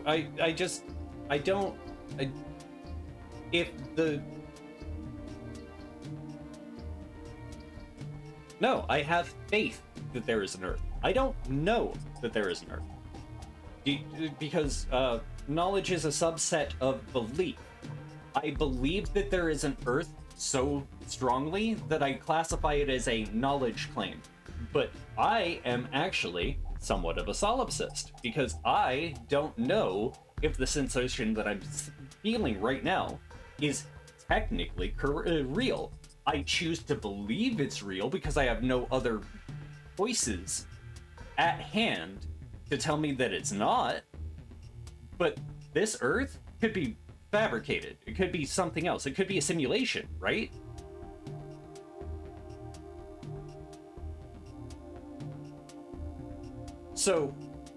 So I believe there's an Earth so vehemently that I know that the Earth exists. I believe in people. I believe I'm talking to you right now. Yeah, and I'm saying that I'm basing my faith on evidence, right? I'm basing on things that are provable in the reality that we seem to exist on. I'm choosing to believe those that can be, like, fully explored, and so what you've done is say, I've brought a book of fables to the table, and this is true because I feel it's true. And I don't find that particularly persuasive.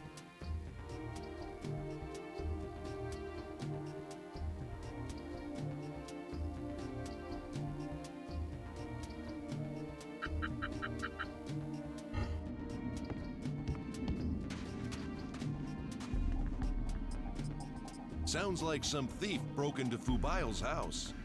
Okay, then please, I'm willing to listen.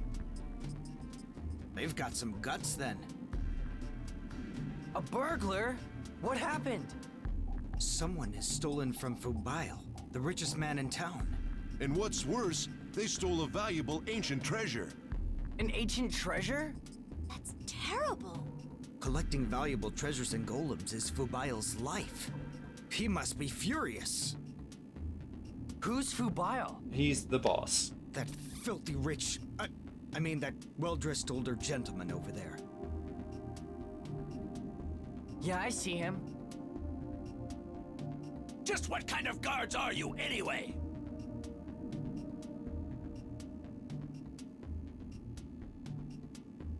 I'm off purchasing new dyes and my golem flute is stolen?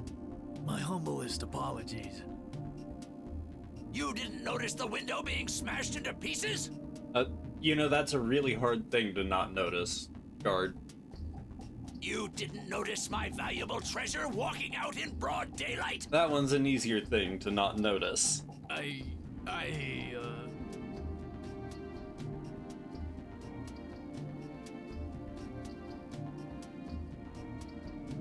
mean, okay. So does God know everything? Is God omniscient? Does he know what is maximally capable of being known? Is God all-powerful? Is God omnipotent? Is it maximally powerful?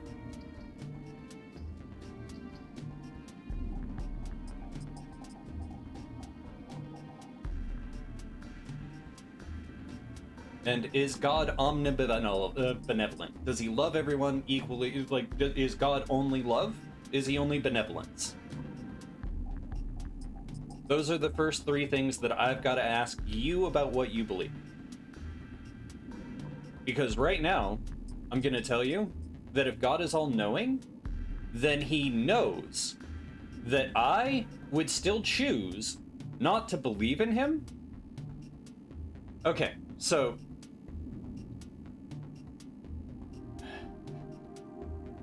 God, you've already said, is omniscient. He knows everything. So he knows the plan, right? He knows... Does God also have a plan for everyone? Speaking of, just so I know.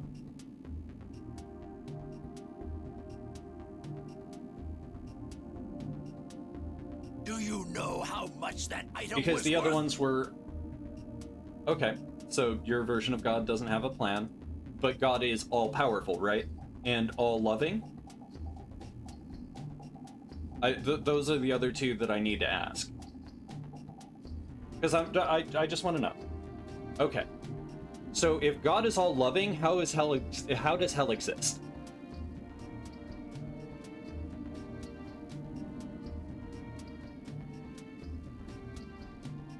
how does God, an all-loving being, create a system where you, personally, for one sin, can be tortured forever, an infinite time span?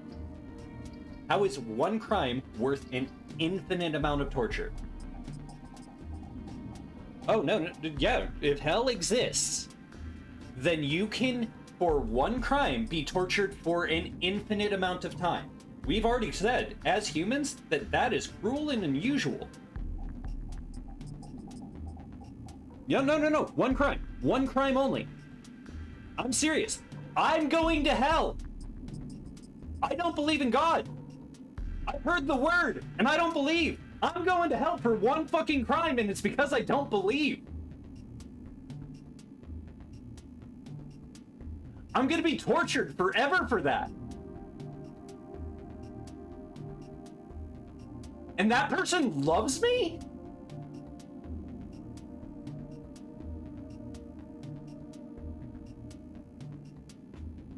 That's fucked up.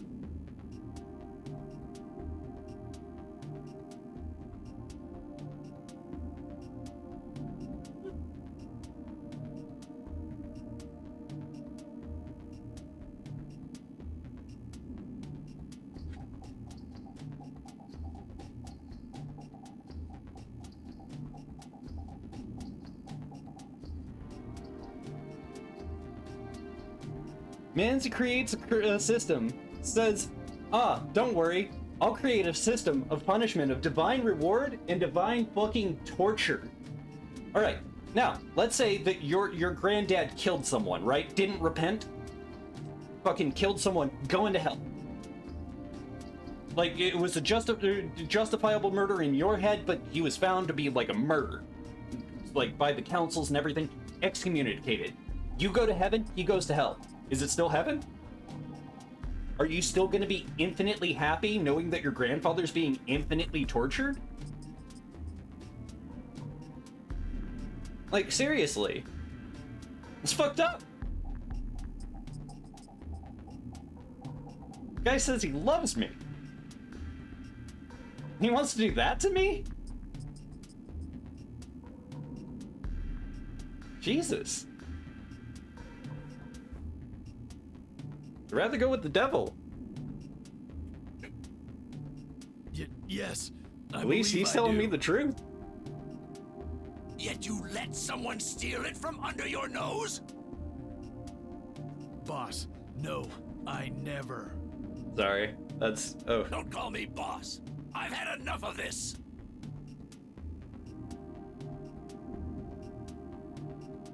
Oh, no. Okay, so if...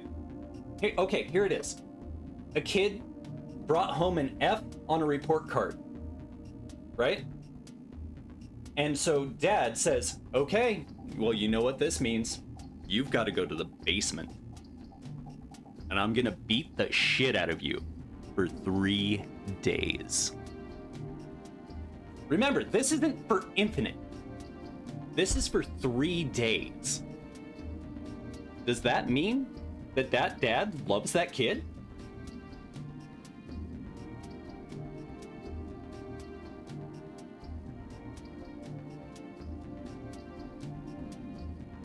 I don't think that dad loves his kid.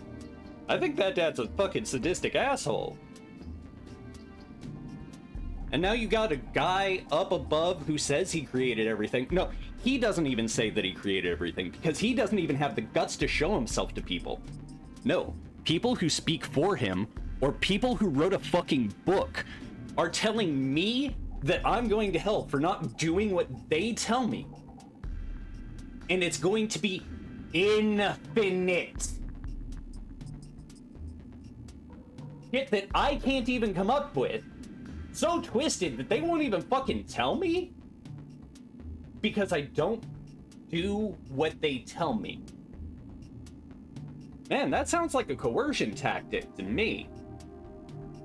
That sounds like someone's trying to get control of me. And I don't like that. I've got enough people trying to get control of me. I've had enough people trying to get control of me. I ain't doing that shit no more. Yes, My apologies. You're going to pay for this. The rules of the Sandstorm excavators are absolute. You know what that means? No, I actually don't. This is the first time I've heard of them. No! Boss! I'm telling you to stop calling me boss. I hate people who need to be told twice. Take him away. Bury him alive in the sand. Ooh, man, fucked up. Very good. Bury him right up to the neck, understand? No problem. See? That guy right there. That guy sounds like God. No! No! Come on. Because he does. If he didn't punish Phoenix, would that mean that he didn't love him? Please, boss! No! I think that would mean that he loved him more. I told I you think not that to that call me means that that person's Call expendable. me boss again. What's with this guy? He seems pretty arrogant. He's Fubile, the leader of Junk City. The boss of the Sandstorm Excavators, a band of grave robbers back in the day. But now he's got a nice big house and is playing at being a nobleman. Of course, inside, he's still rotten to the core. That sounds about right. Yeah, but still kind of cool too, don't you think? The boss of a band of rogues. Hey! Who was that? Who just said boss? Oh, you've done it now. You, there in the red. Was it you? Hey, that girl next to you. Yuki? You're back? Yep, I guess I am. I see. That solves that then. Huh? Then, seize Yuki. I mean, she may not have actually stolen it, but she is like 90% the culprit. No problem. Yes, sir. Hey, why me? What did I do, huh? What did you do? Trick question. I wonder now, what did you do? I suppose it's a coincidence that as soon as the infamous desert hyena returns, my precious magic instrument goes missing? Hey, what are you implying? I'd never do a thing like that. I mean, you absolutely would. There's little you wouldn't do. I know that much. Everyone in town knows that. Now just... Why you? And who might you be? Atsuma. She's with me. You can't just take her away. Ah, reckless youth. You want to take me on, do you? You realize that in this town that means death. You can't kill me. No, I you can't really die can't. yet. I've got something important to do. Ha! You'll have to take us all on then. And the odds are not on your side. Kuh. But I admire. So I'll tell you what, if you find the real culprit, if indeed it was someone else. Atsuma. Cool. Don't worry, I'll find the real. Alright, Yuki left the party, and I need to edit my party here in just a second.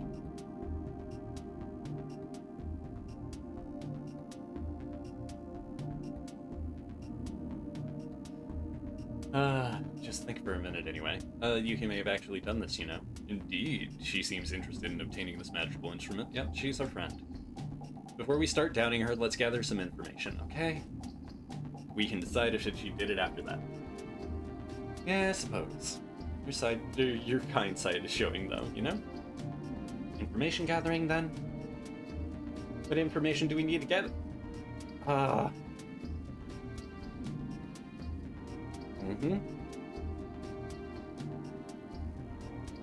Lady Green. I think we probably have plenty more. I mean, yeah.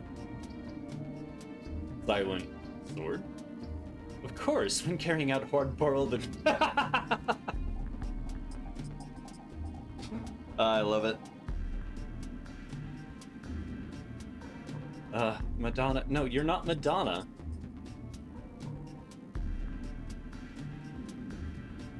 Ooh, my hot-blooded passion. That's the best one in my opinion, but my naive honesty is the one that I'm gonna choose.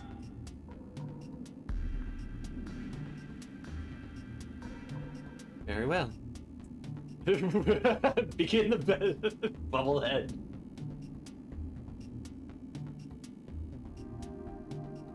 Let's go, bubblehead.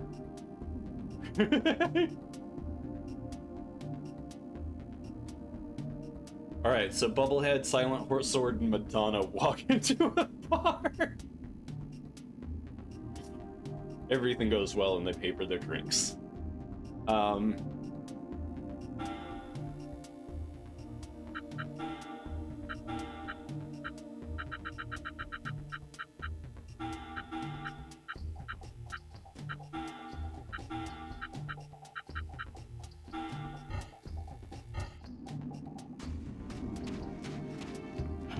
Okay, gotta talk to Hubile.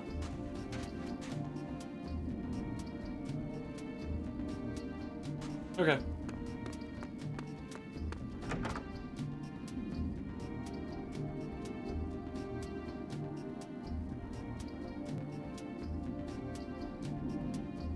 Alright, so about the possible culprits.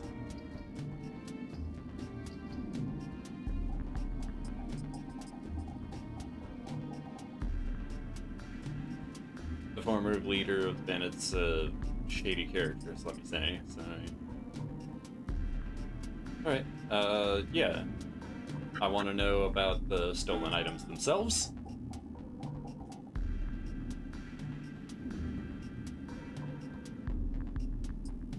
Nothing, purely for decoration. Okay.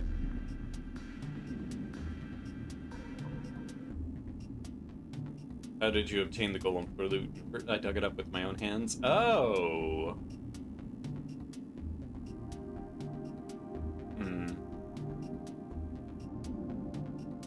And the scene of the crime is here, so we're gonna... The room is locked. Looks like she came through the ventilation.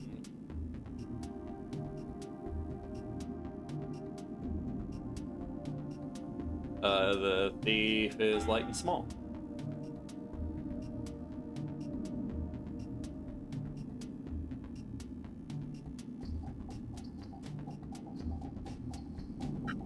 No further questions.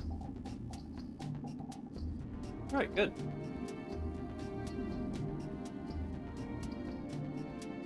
Now we've got to look at the, back. We'll have to talk to these people in a bit, but we need to go to the back of the house to see if we can find... Nope, we can't see the scene. Well, that's fine. Let's just talk to these people out front, because they might have seen something.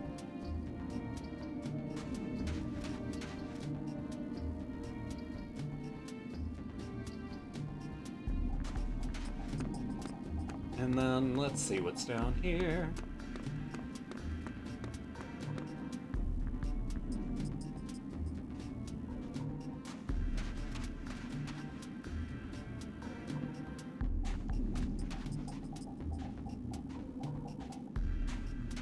Alright, did you see anything? Then let's just do skills real quick. Learn skills, support, pet DP use. Marine, skills, support. Whip, skill, no, it's support.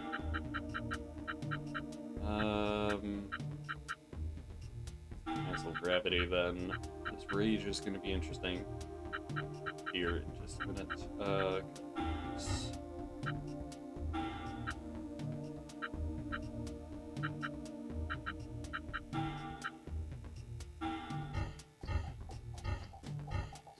Perfect. Now, let's see what else we can do.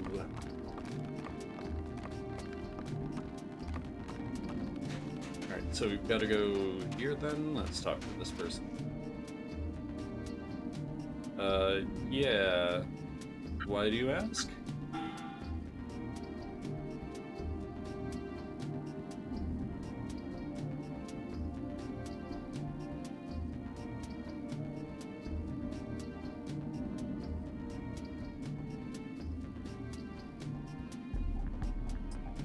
Aw, nice.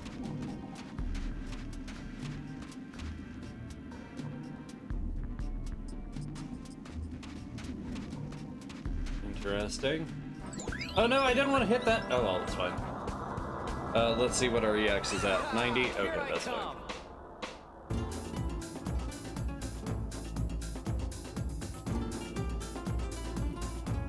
Ah, welcome back.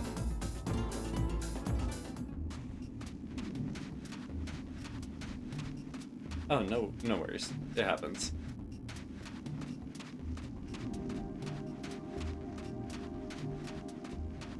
I mean, yeah, it still happens.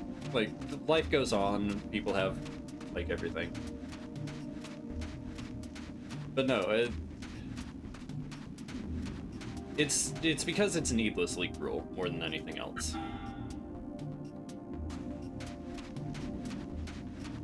I won't elaborate any further, unless you really want me to answer, in which case I can again.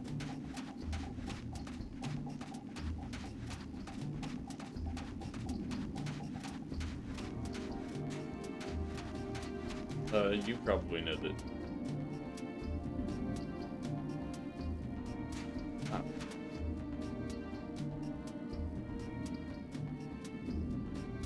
Okay, so the idea of hell is, because you asked about if a parent doesn't punish his child, or if a parent punishes his child, does that mean he doesn't love him?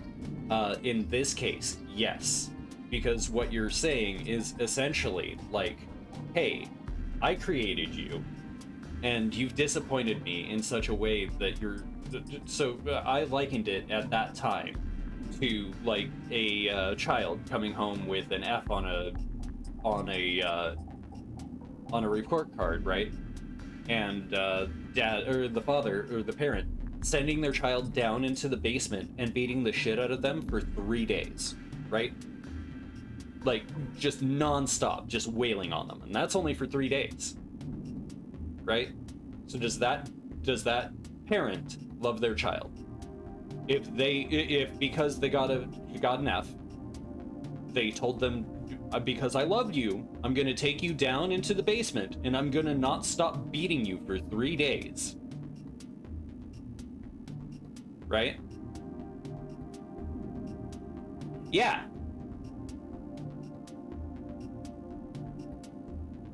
And that's what God's doing with infinite torture. Not 3 days. Infinite. Never ending. So that means that he's not all loving, is it? That means what the fuck does he know, too? If he's not that. And if he created a place that's all evil, how can he have a place that's all good? If someone you loved, right, you knew for a fact was going to hell, would heaven be hell?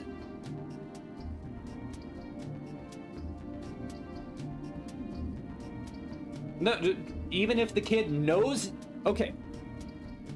Even if the kid knows that if he brings home an F, he's going to get beat for 3 full days in the basement? That's love?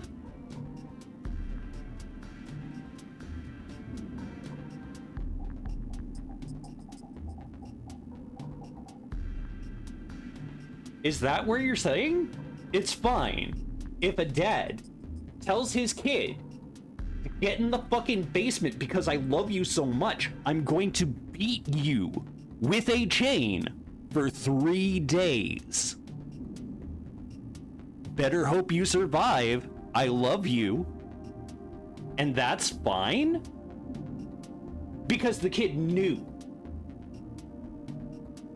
Because the kid knew that that's what was going to happen. Because the kid knew, in spite of the fact of, like, he could try his hardest and still bring home that F, right? But he knows his dad, because the entire semester has been saying, better not bring home an F or enjoy the basement.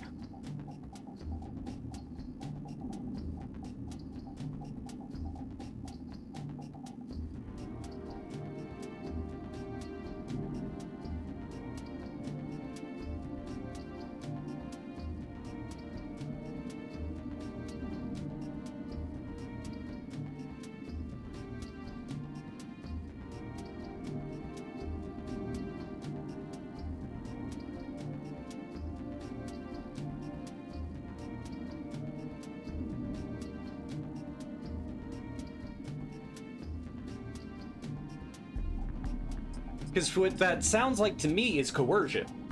Coercion from a thing that, from my point of view, doesn't exist. So it's more coercion from people who want me to do a certain thing and act a certain way or believe a certain thing.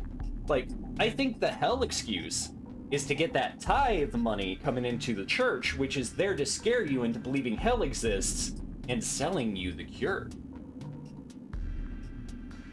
If that's the case, then religion, the thing we call religion, not the belief inside your head. I don't care if you think God is out there or a book speaks for him. That doesn't matter to me. But there's a priest there with a financial incentive to sell you the cure. I'm sorry, I'm not trying to... not trying to filibuster you, it's just... that's... it really sucks.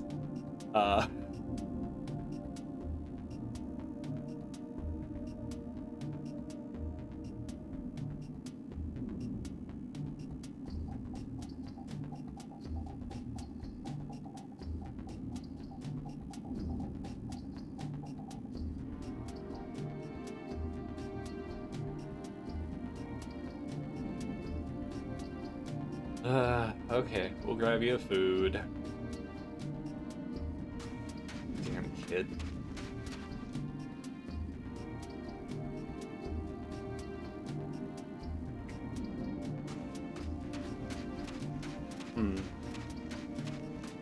Seems like a lot of people actually, know you eat quite a bit.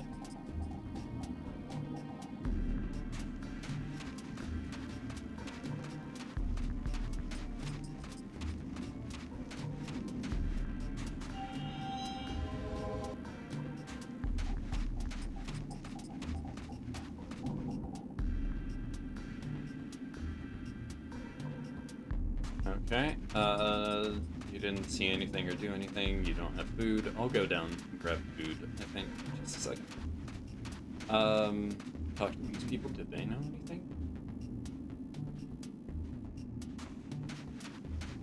I'm just trying to talk to you guys. I'm trying to kidnap a kid.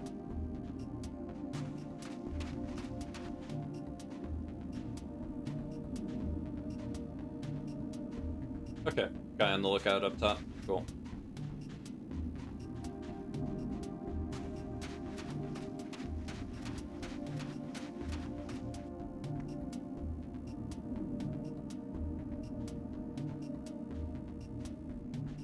She eats 5 times a day? Man.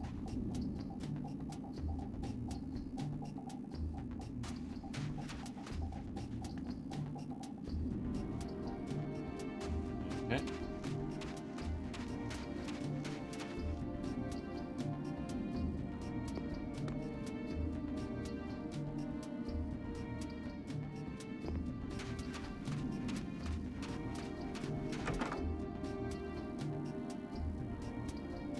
No, I don't. Hey, come on, guys. No need to fight.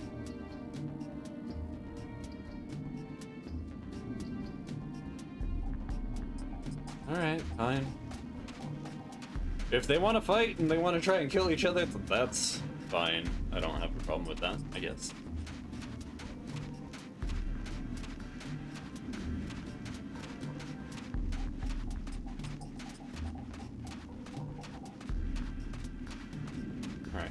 Let's go down before we go up.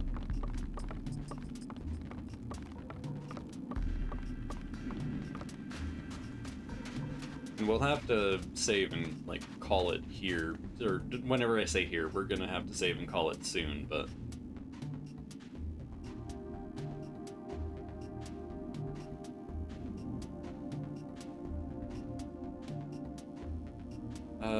Rygard, beside.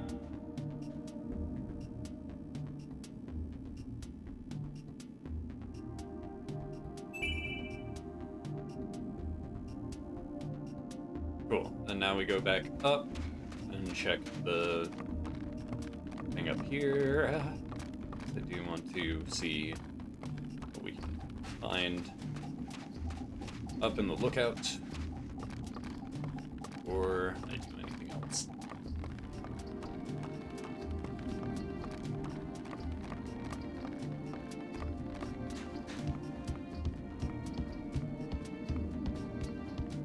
I assume this is the lookout anyway. Yes!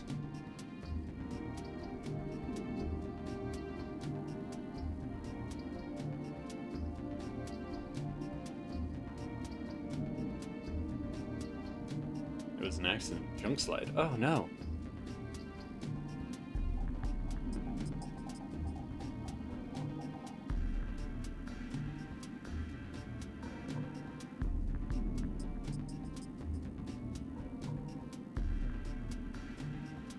Damn.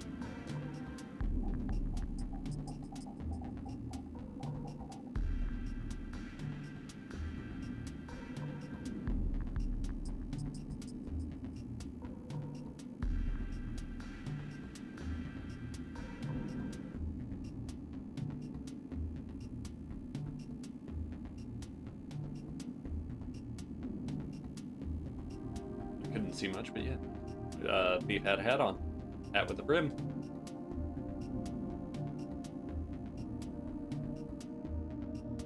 So someone was,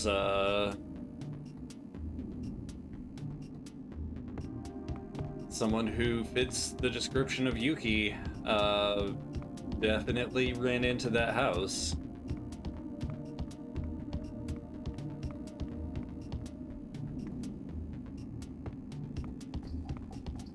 Great question. I have no idea.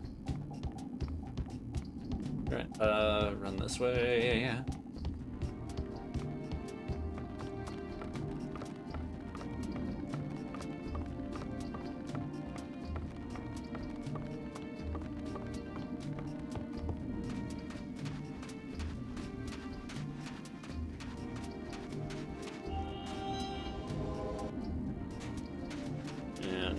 Yeah, let's talk to this kid before we do anything else, and I think we could probably go to Yuki's house, can't we? It's probably still magically enchanted.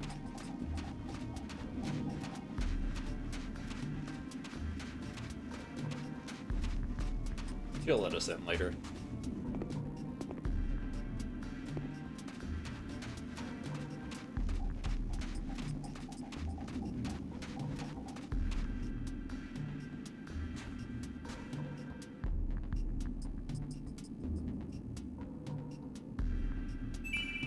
Meaty bone?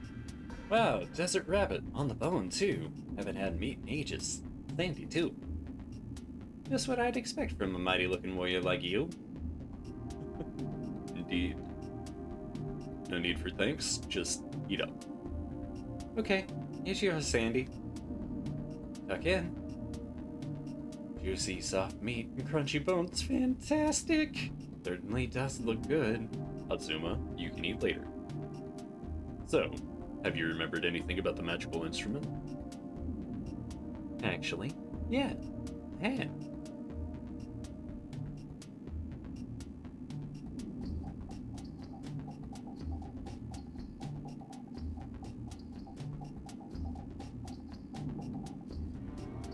Wait, how?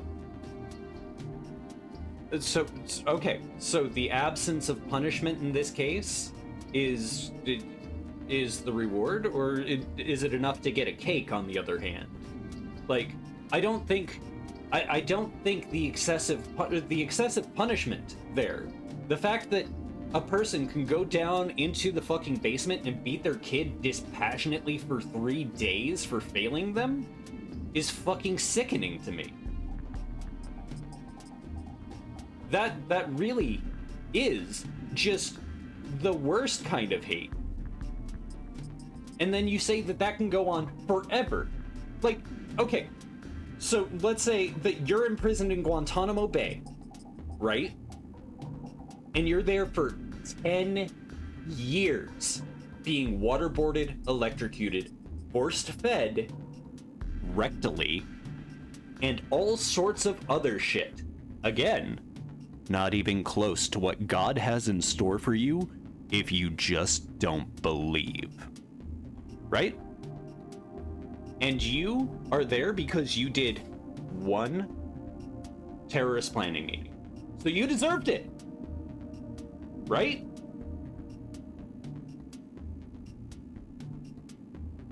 No. See, what you're saying, I'm telling you that hell is absolutely an unjust thing, my man.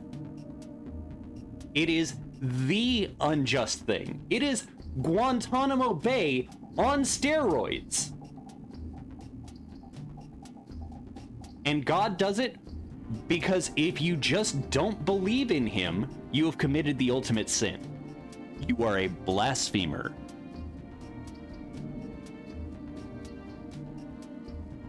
Yeah, that's it. That's it. That's the only thing that you need to do to go to hell. Is just don't believe in God. That's it. It's apostasy.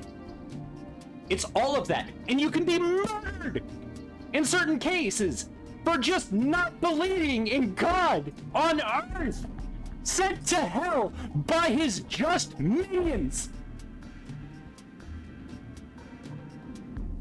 to be tortured for eternity for apostasy.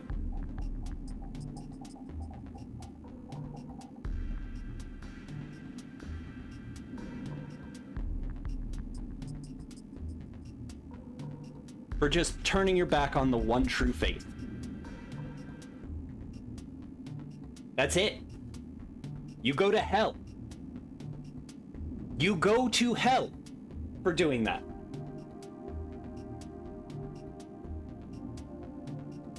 In your mind, in what you believe, sure. But hundreds of millions of people believe the opposite. Yeah, no. And I'm telling you the rules.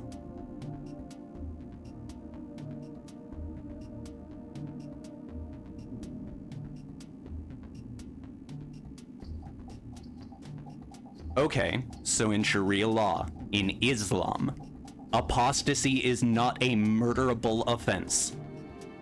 Not believing in the faith is not murderable.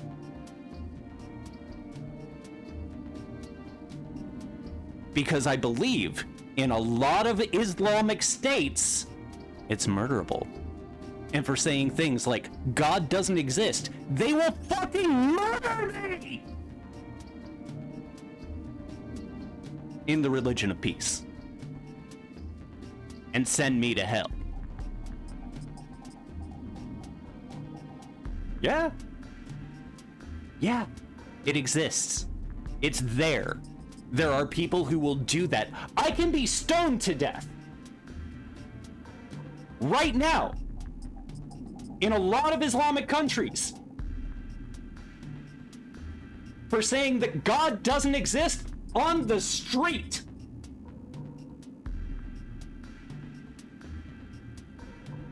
But they're the ones speaking for the religion.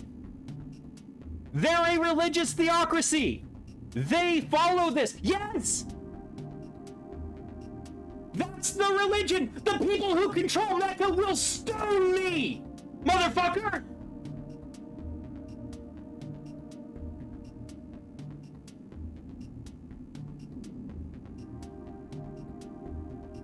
How can I not? How can I not? Whenever somebody is telling me to my face that a thing that I know that will get me fucking killed for saying shit about the one true prophet Muhammad or drawing a fucking picture of him and putting it on screen right now will get me fucking killed. Charlie Hebdo proved that. Right?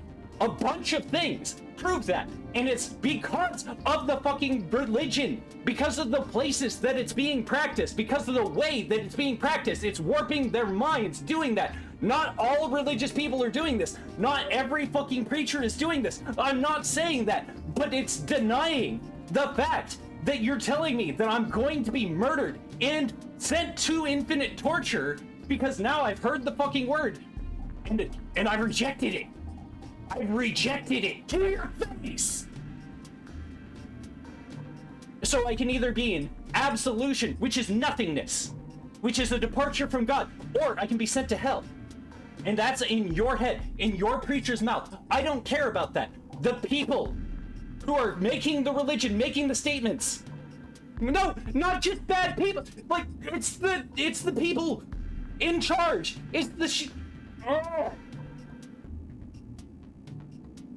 It's the current prophets, it's the current people in charge of the theocracies, the people in charge of disseminating the shit for the religion.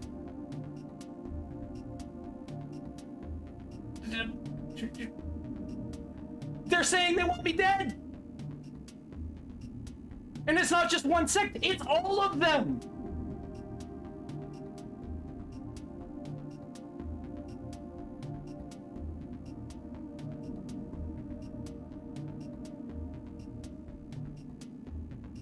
The Buddhists are doing a genocide. The Jews are doing a genocide. The Islamic people are doing a genocide. They're all doing genocides. The Christians are doing a genocide. Hooray! All the religions are doing genocides right now, and the ones that aren't are fucking kids. And using that to shuttle around the people, to use their power to manipulate the other people, to get the people into unprotected spaces with those kids again. And you're telling me that this fucking festering, rotting system at the top of our fucking world is just okay, and it tells me that I'm going to be tortured for infinity. And that's just fine. I just have to be calm about it?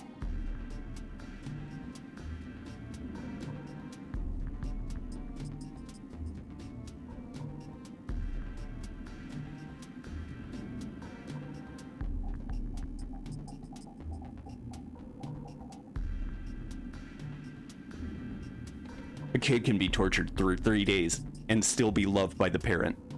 That's what you told me. The people in Guantanamo Bay knew what they were getting into because they were doing the thing. That punishment is just okay, right? All of that, infinite fucking torture is okay.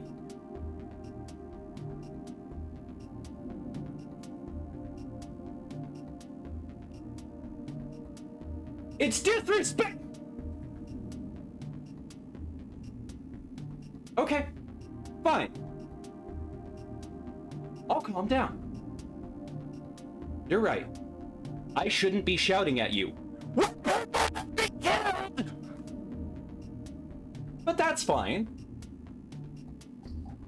I'll calm down. Please, by all means, take the floor. I'll wait.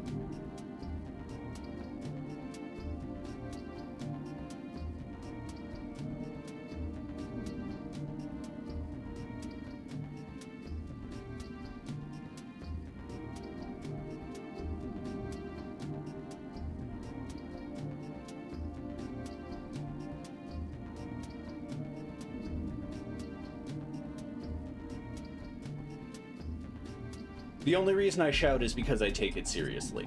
The only reason I shout is because I care. The only reason I shout is because it's important to me. I apologize. I'm not trying to argue with you to be difficult. I'm not trying to put you on a back foot, and I'm not really trying to shout at you or be angry at you.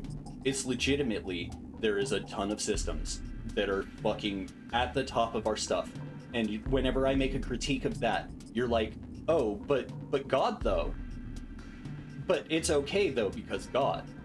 And you just told me that torture is fine as long as the person doing it to you loves you.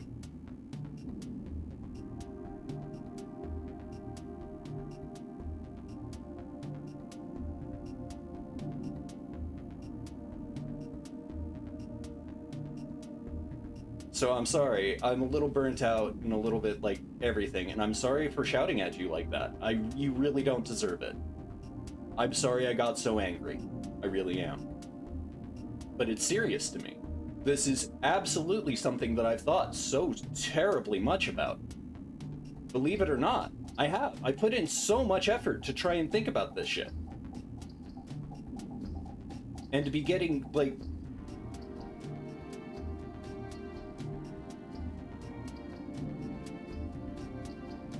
but it does!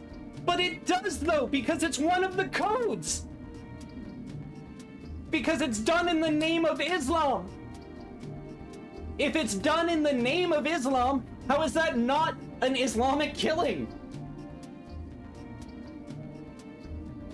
How are the people who shot up Charlie Hebdo because they did something to insult a religion, not doing it because the religion told them to.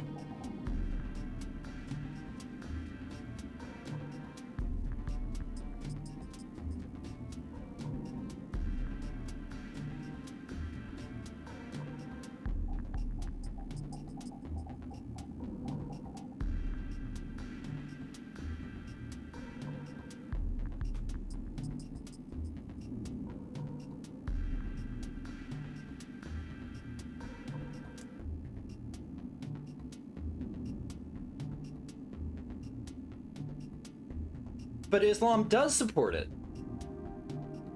Islam supports the death penalty, stoning for apostasy. Yes! It's in the book!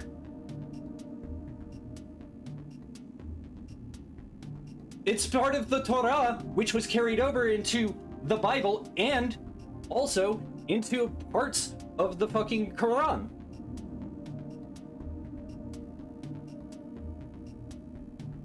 It's part of the founding documents. It's there.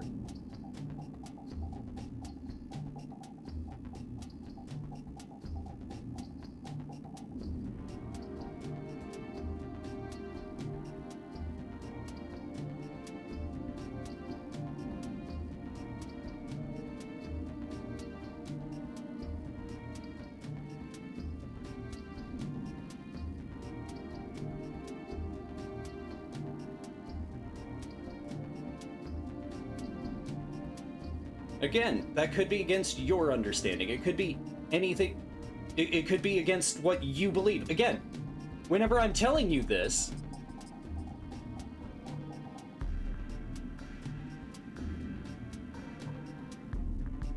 okay, so what? Apostasy. A person who believed in the faith and then left, right? That. I want to know about that. Because, again, this is systematic in places that are fundamentalist of Islam. People who absolutely follow the strictures of the Holy Book are murdering people for leaving the faith because it's in the book.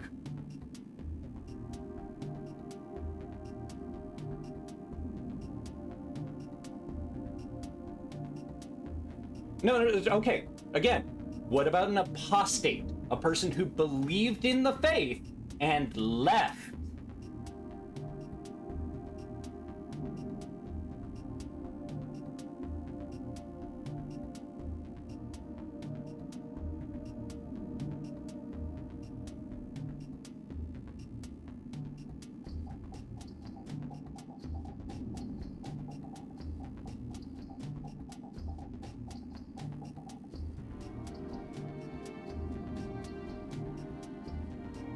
Yes.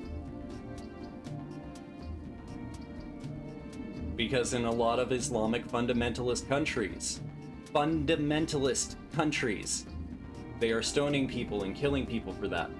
Also, taking the passage for man shall not lie with another man and throwing gay people off of roofs. And I don't know if you noticed this, but I said I have a boyfriend.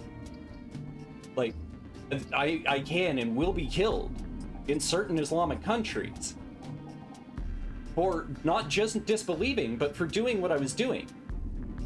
Right? Because there's a lot of things, and if I said, look, again, if I just say fuck Muhammad in certain places, I will get killed because it's against idolatry to even mutter his name, unless I say peace be upon him. And even then, I can't say fuck in front of it.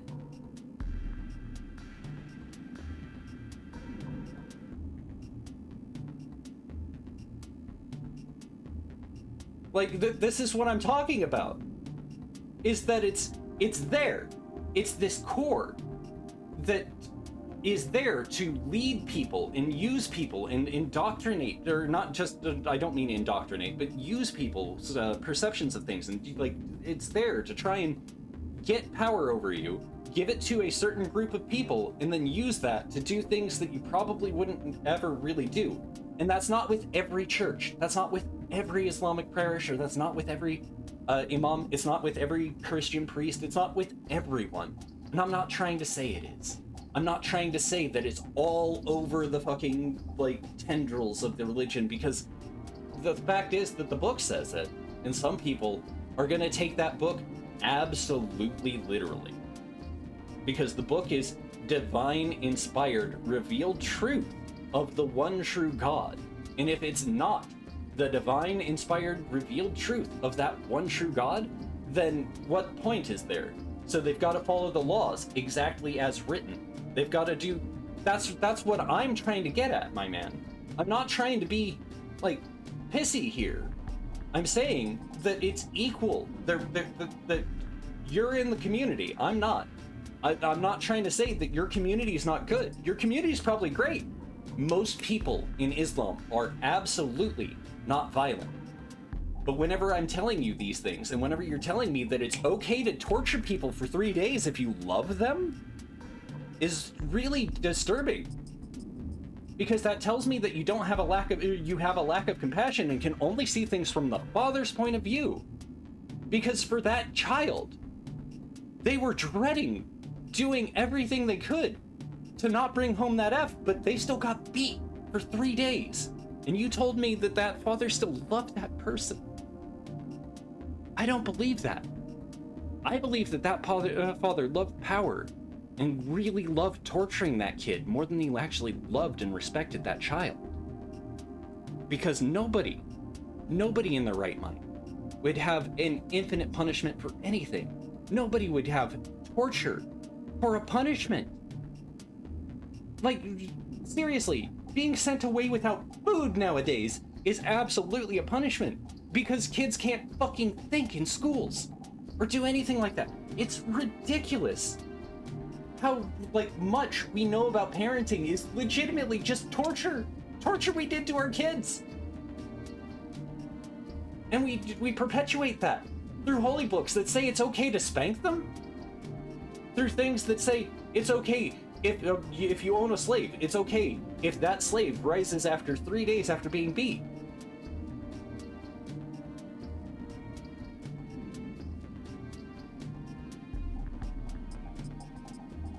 Okay, I'll accept that. I will accept your word in this moment as what the Quran says, and for a fact, I will. I'm sorry for shouting, but at the same time, if they come away with a different interpretation from a different passage that still says stone the unbeliever, then how can I disprove that their interpretation is correct and that your interpretation is, like, correct? Which one is supposed to be real? And that's a problem because you don't have evidence to show that there's anything there. But that's neither here nor there. That's just me being, like, shitty at this point. And I do apologize again for, like, the shouting, but again, I really take it seriously because people will kill me for thinking that I've dissed a religion.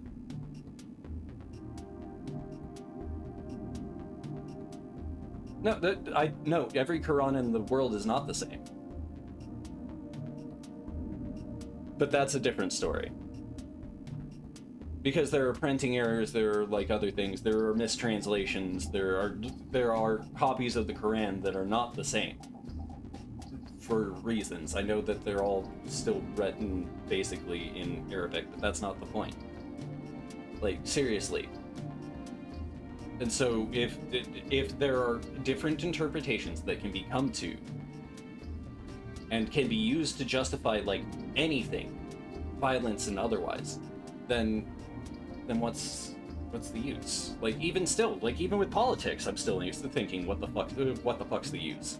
But that's just me. I'm really stuck.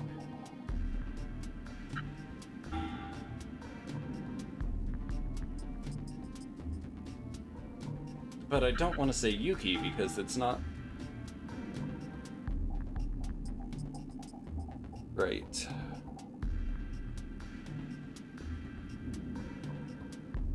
Alright, yep, it goes to Yuki's house, and we'll visit Yuki's house next time. I've gotta go. Because, yeah, all Qurans aren't printed the same. They're not all... so they can't all have the same things inside them. It has the same general story, but like all the versions are different still. Either way, peace. Don't forget to do all the things.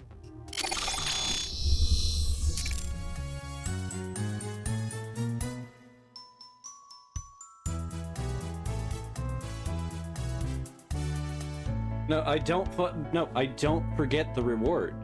The reward's is not an important part of this, right? Because if the kid brought home an A and got a cake instead, but still knew that the punishment for being beaten for 3 goddamn days, what's the point? Like, he could be given Splash Mountain for 3 days, right?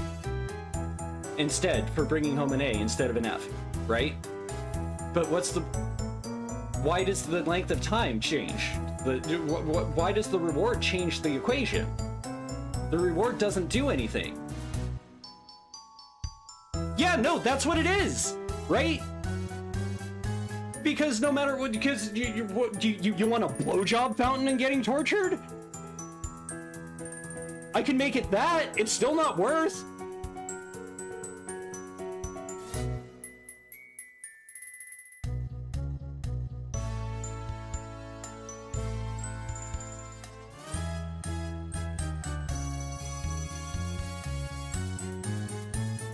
What reward could possibly be worth getting tortured for 3 days than the opposite?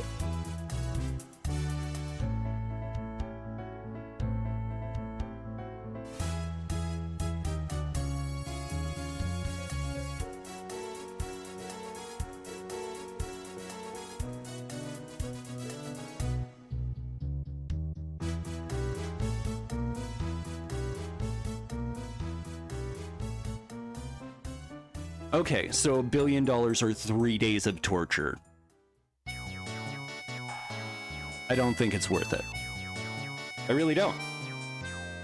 No, because the opposite end of that spectrum is still grievous bodily harm and or death. Like, seriously, we're not focusing on the fact. Here, I'm gonna go back. No, fuck this. No, we're going back. No, we're actually going back. We're doing this. I don't want to do this, but I've got to. Okay, so let's say for a little bit, right? Let's say that you are beaten so bad, your arms are broke, your legs are broke, your internal organs are rupturing, but you're still conscious and you'll be able to live. And you'll be able to drag yourself out of that basement and go and live a normal life. Right? Let's say that. Let's say you're going to be able to do that, but your dad, who loves you, is just going to leave you down in that basement because once you're in that basement, he doesn't give a fuck about you anymore. He's never coming back. You disappointed him. Because that's what it is. Right? Either that, or he put another person at the top of those stairs to push you back down and torture you for another 3 days. Period. And then, let's say that your sister got an A. So now she's at Splash Mountain. She's at Splash Mountain, living at Disney for the rest of her life in the infinite grace of Dad's love. You're still in the basement getting beat. Is that heaven for your sister?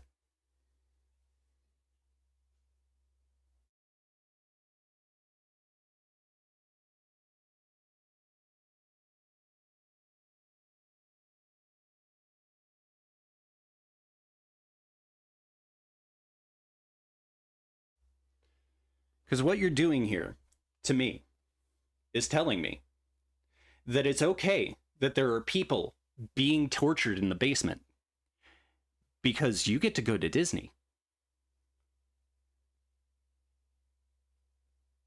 No, but it is. See, they are equal because you basking in the light of the perfect glory of God in his all omnipotent kingdom, removing all your sorrows, all your disappointments, making it beautiful for you forever. Or being tortured by demons. You will never reach the top of those stairs or know Daddy's light ever again.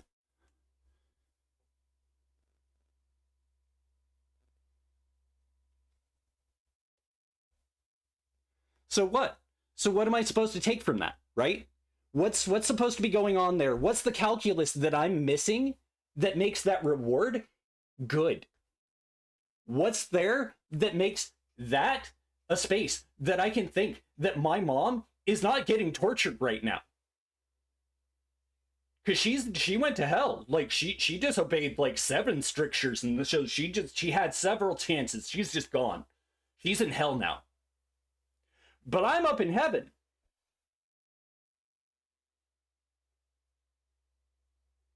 How is that heaven?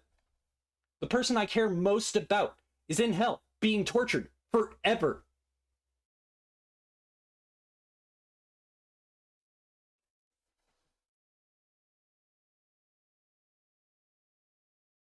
But it's supposed to be equal, right? That's the reward and punishment. Yeah. No. Not, but that's the equal. That's your equals. It's either heaven or it's hell. Right? It's the worst place ever versus the best place ever. And your family member just went to hell. You're going to heaven. They went to hell. Is that heaven for you?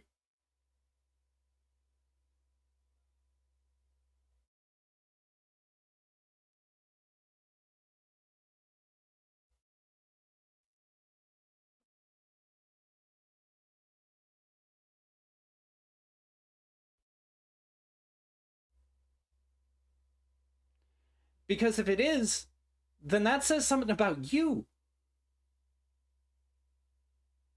Right? The person that you love the most just went to the opposite place than you. Is that... How could that possibly be good for the person who's missing you? For the person who knows that you're there, but now is in the best, like, happiest place on earth. Like, the happiest place that they can ever fucking imagine. But you're being tortured. Is that heaven for them? Because I don't think we're even contemplating what type of tortures that they could actually be doing in hell. Because it's worse than whatever we're thinking, because they have access to our souls. And they don't have to make sense, right? They just know how to inflict pain. So they can inflict untold amounts of infinite pain while your opposing person is in heaven getting an infinite reward. But you knew what was going to happen before you did that thing that landed you in hell. The one thing that was too many, the one straw that was over the camel's back. Right? You knew what you were doing. You knew the risks. You consigned yourself to hell. So you deserve infinite tortures, the likes of which we've never seen.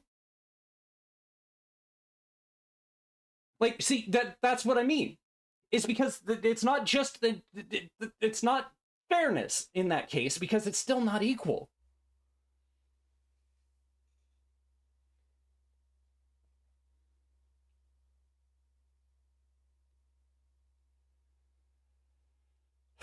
So you're going to do that for all of your family? Is God going to allow all of those people to come in? Is Allah going to reach down and grab all of the family that you deserve, or you decide deserve there? Let's say, okay, let's say one of your uncles, right, touched one of your sisters and is in hell because they're a pederast, right? But your grandma loved cousin Robbie so much, she's going to bring him up to heaven. Okay? Now your sister, she's in heaven already, but now her rapist is in heaven. Is that heaven for her?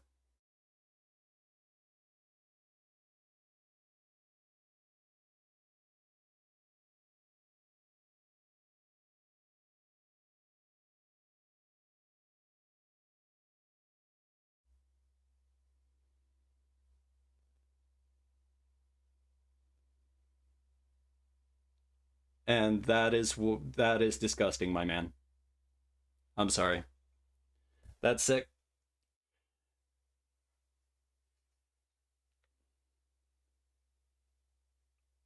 Yeah, that's sick, my man. I'm sorry. That's disgusting. All right, I'm out.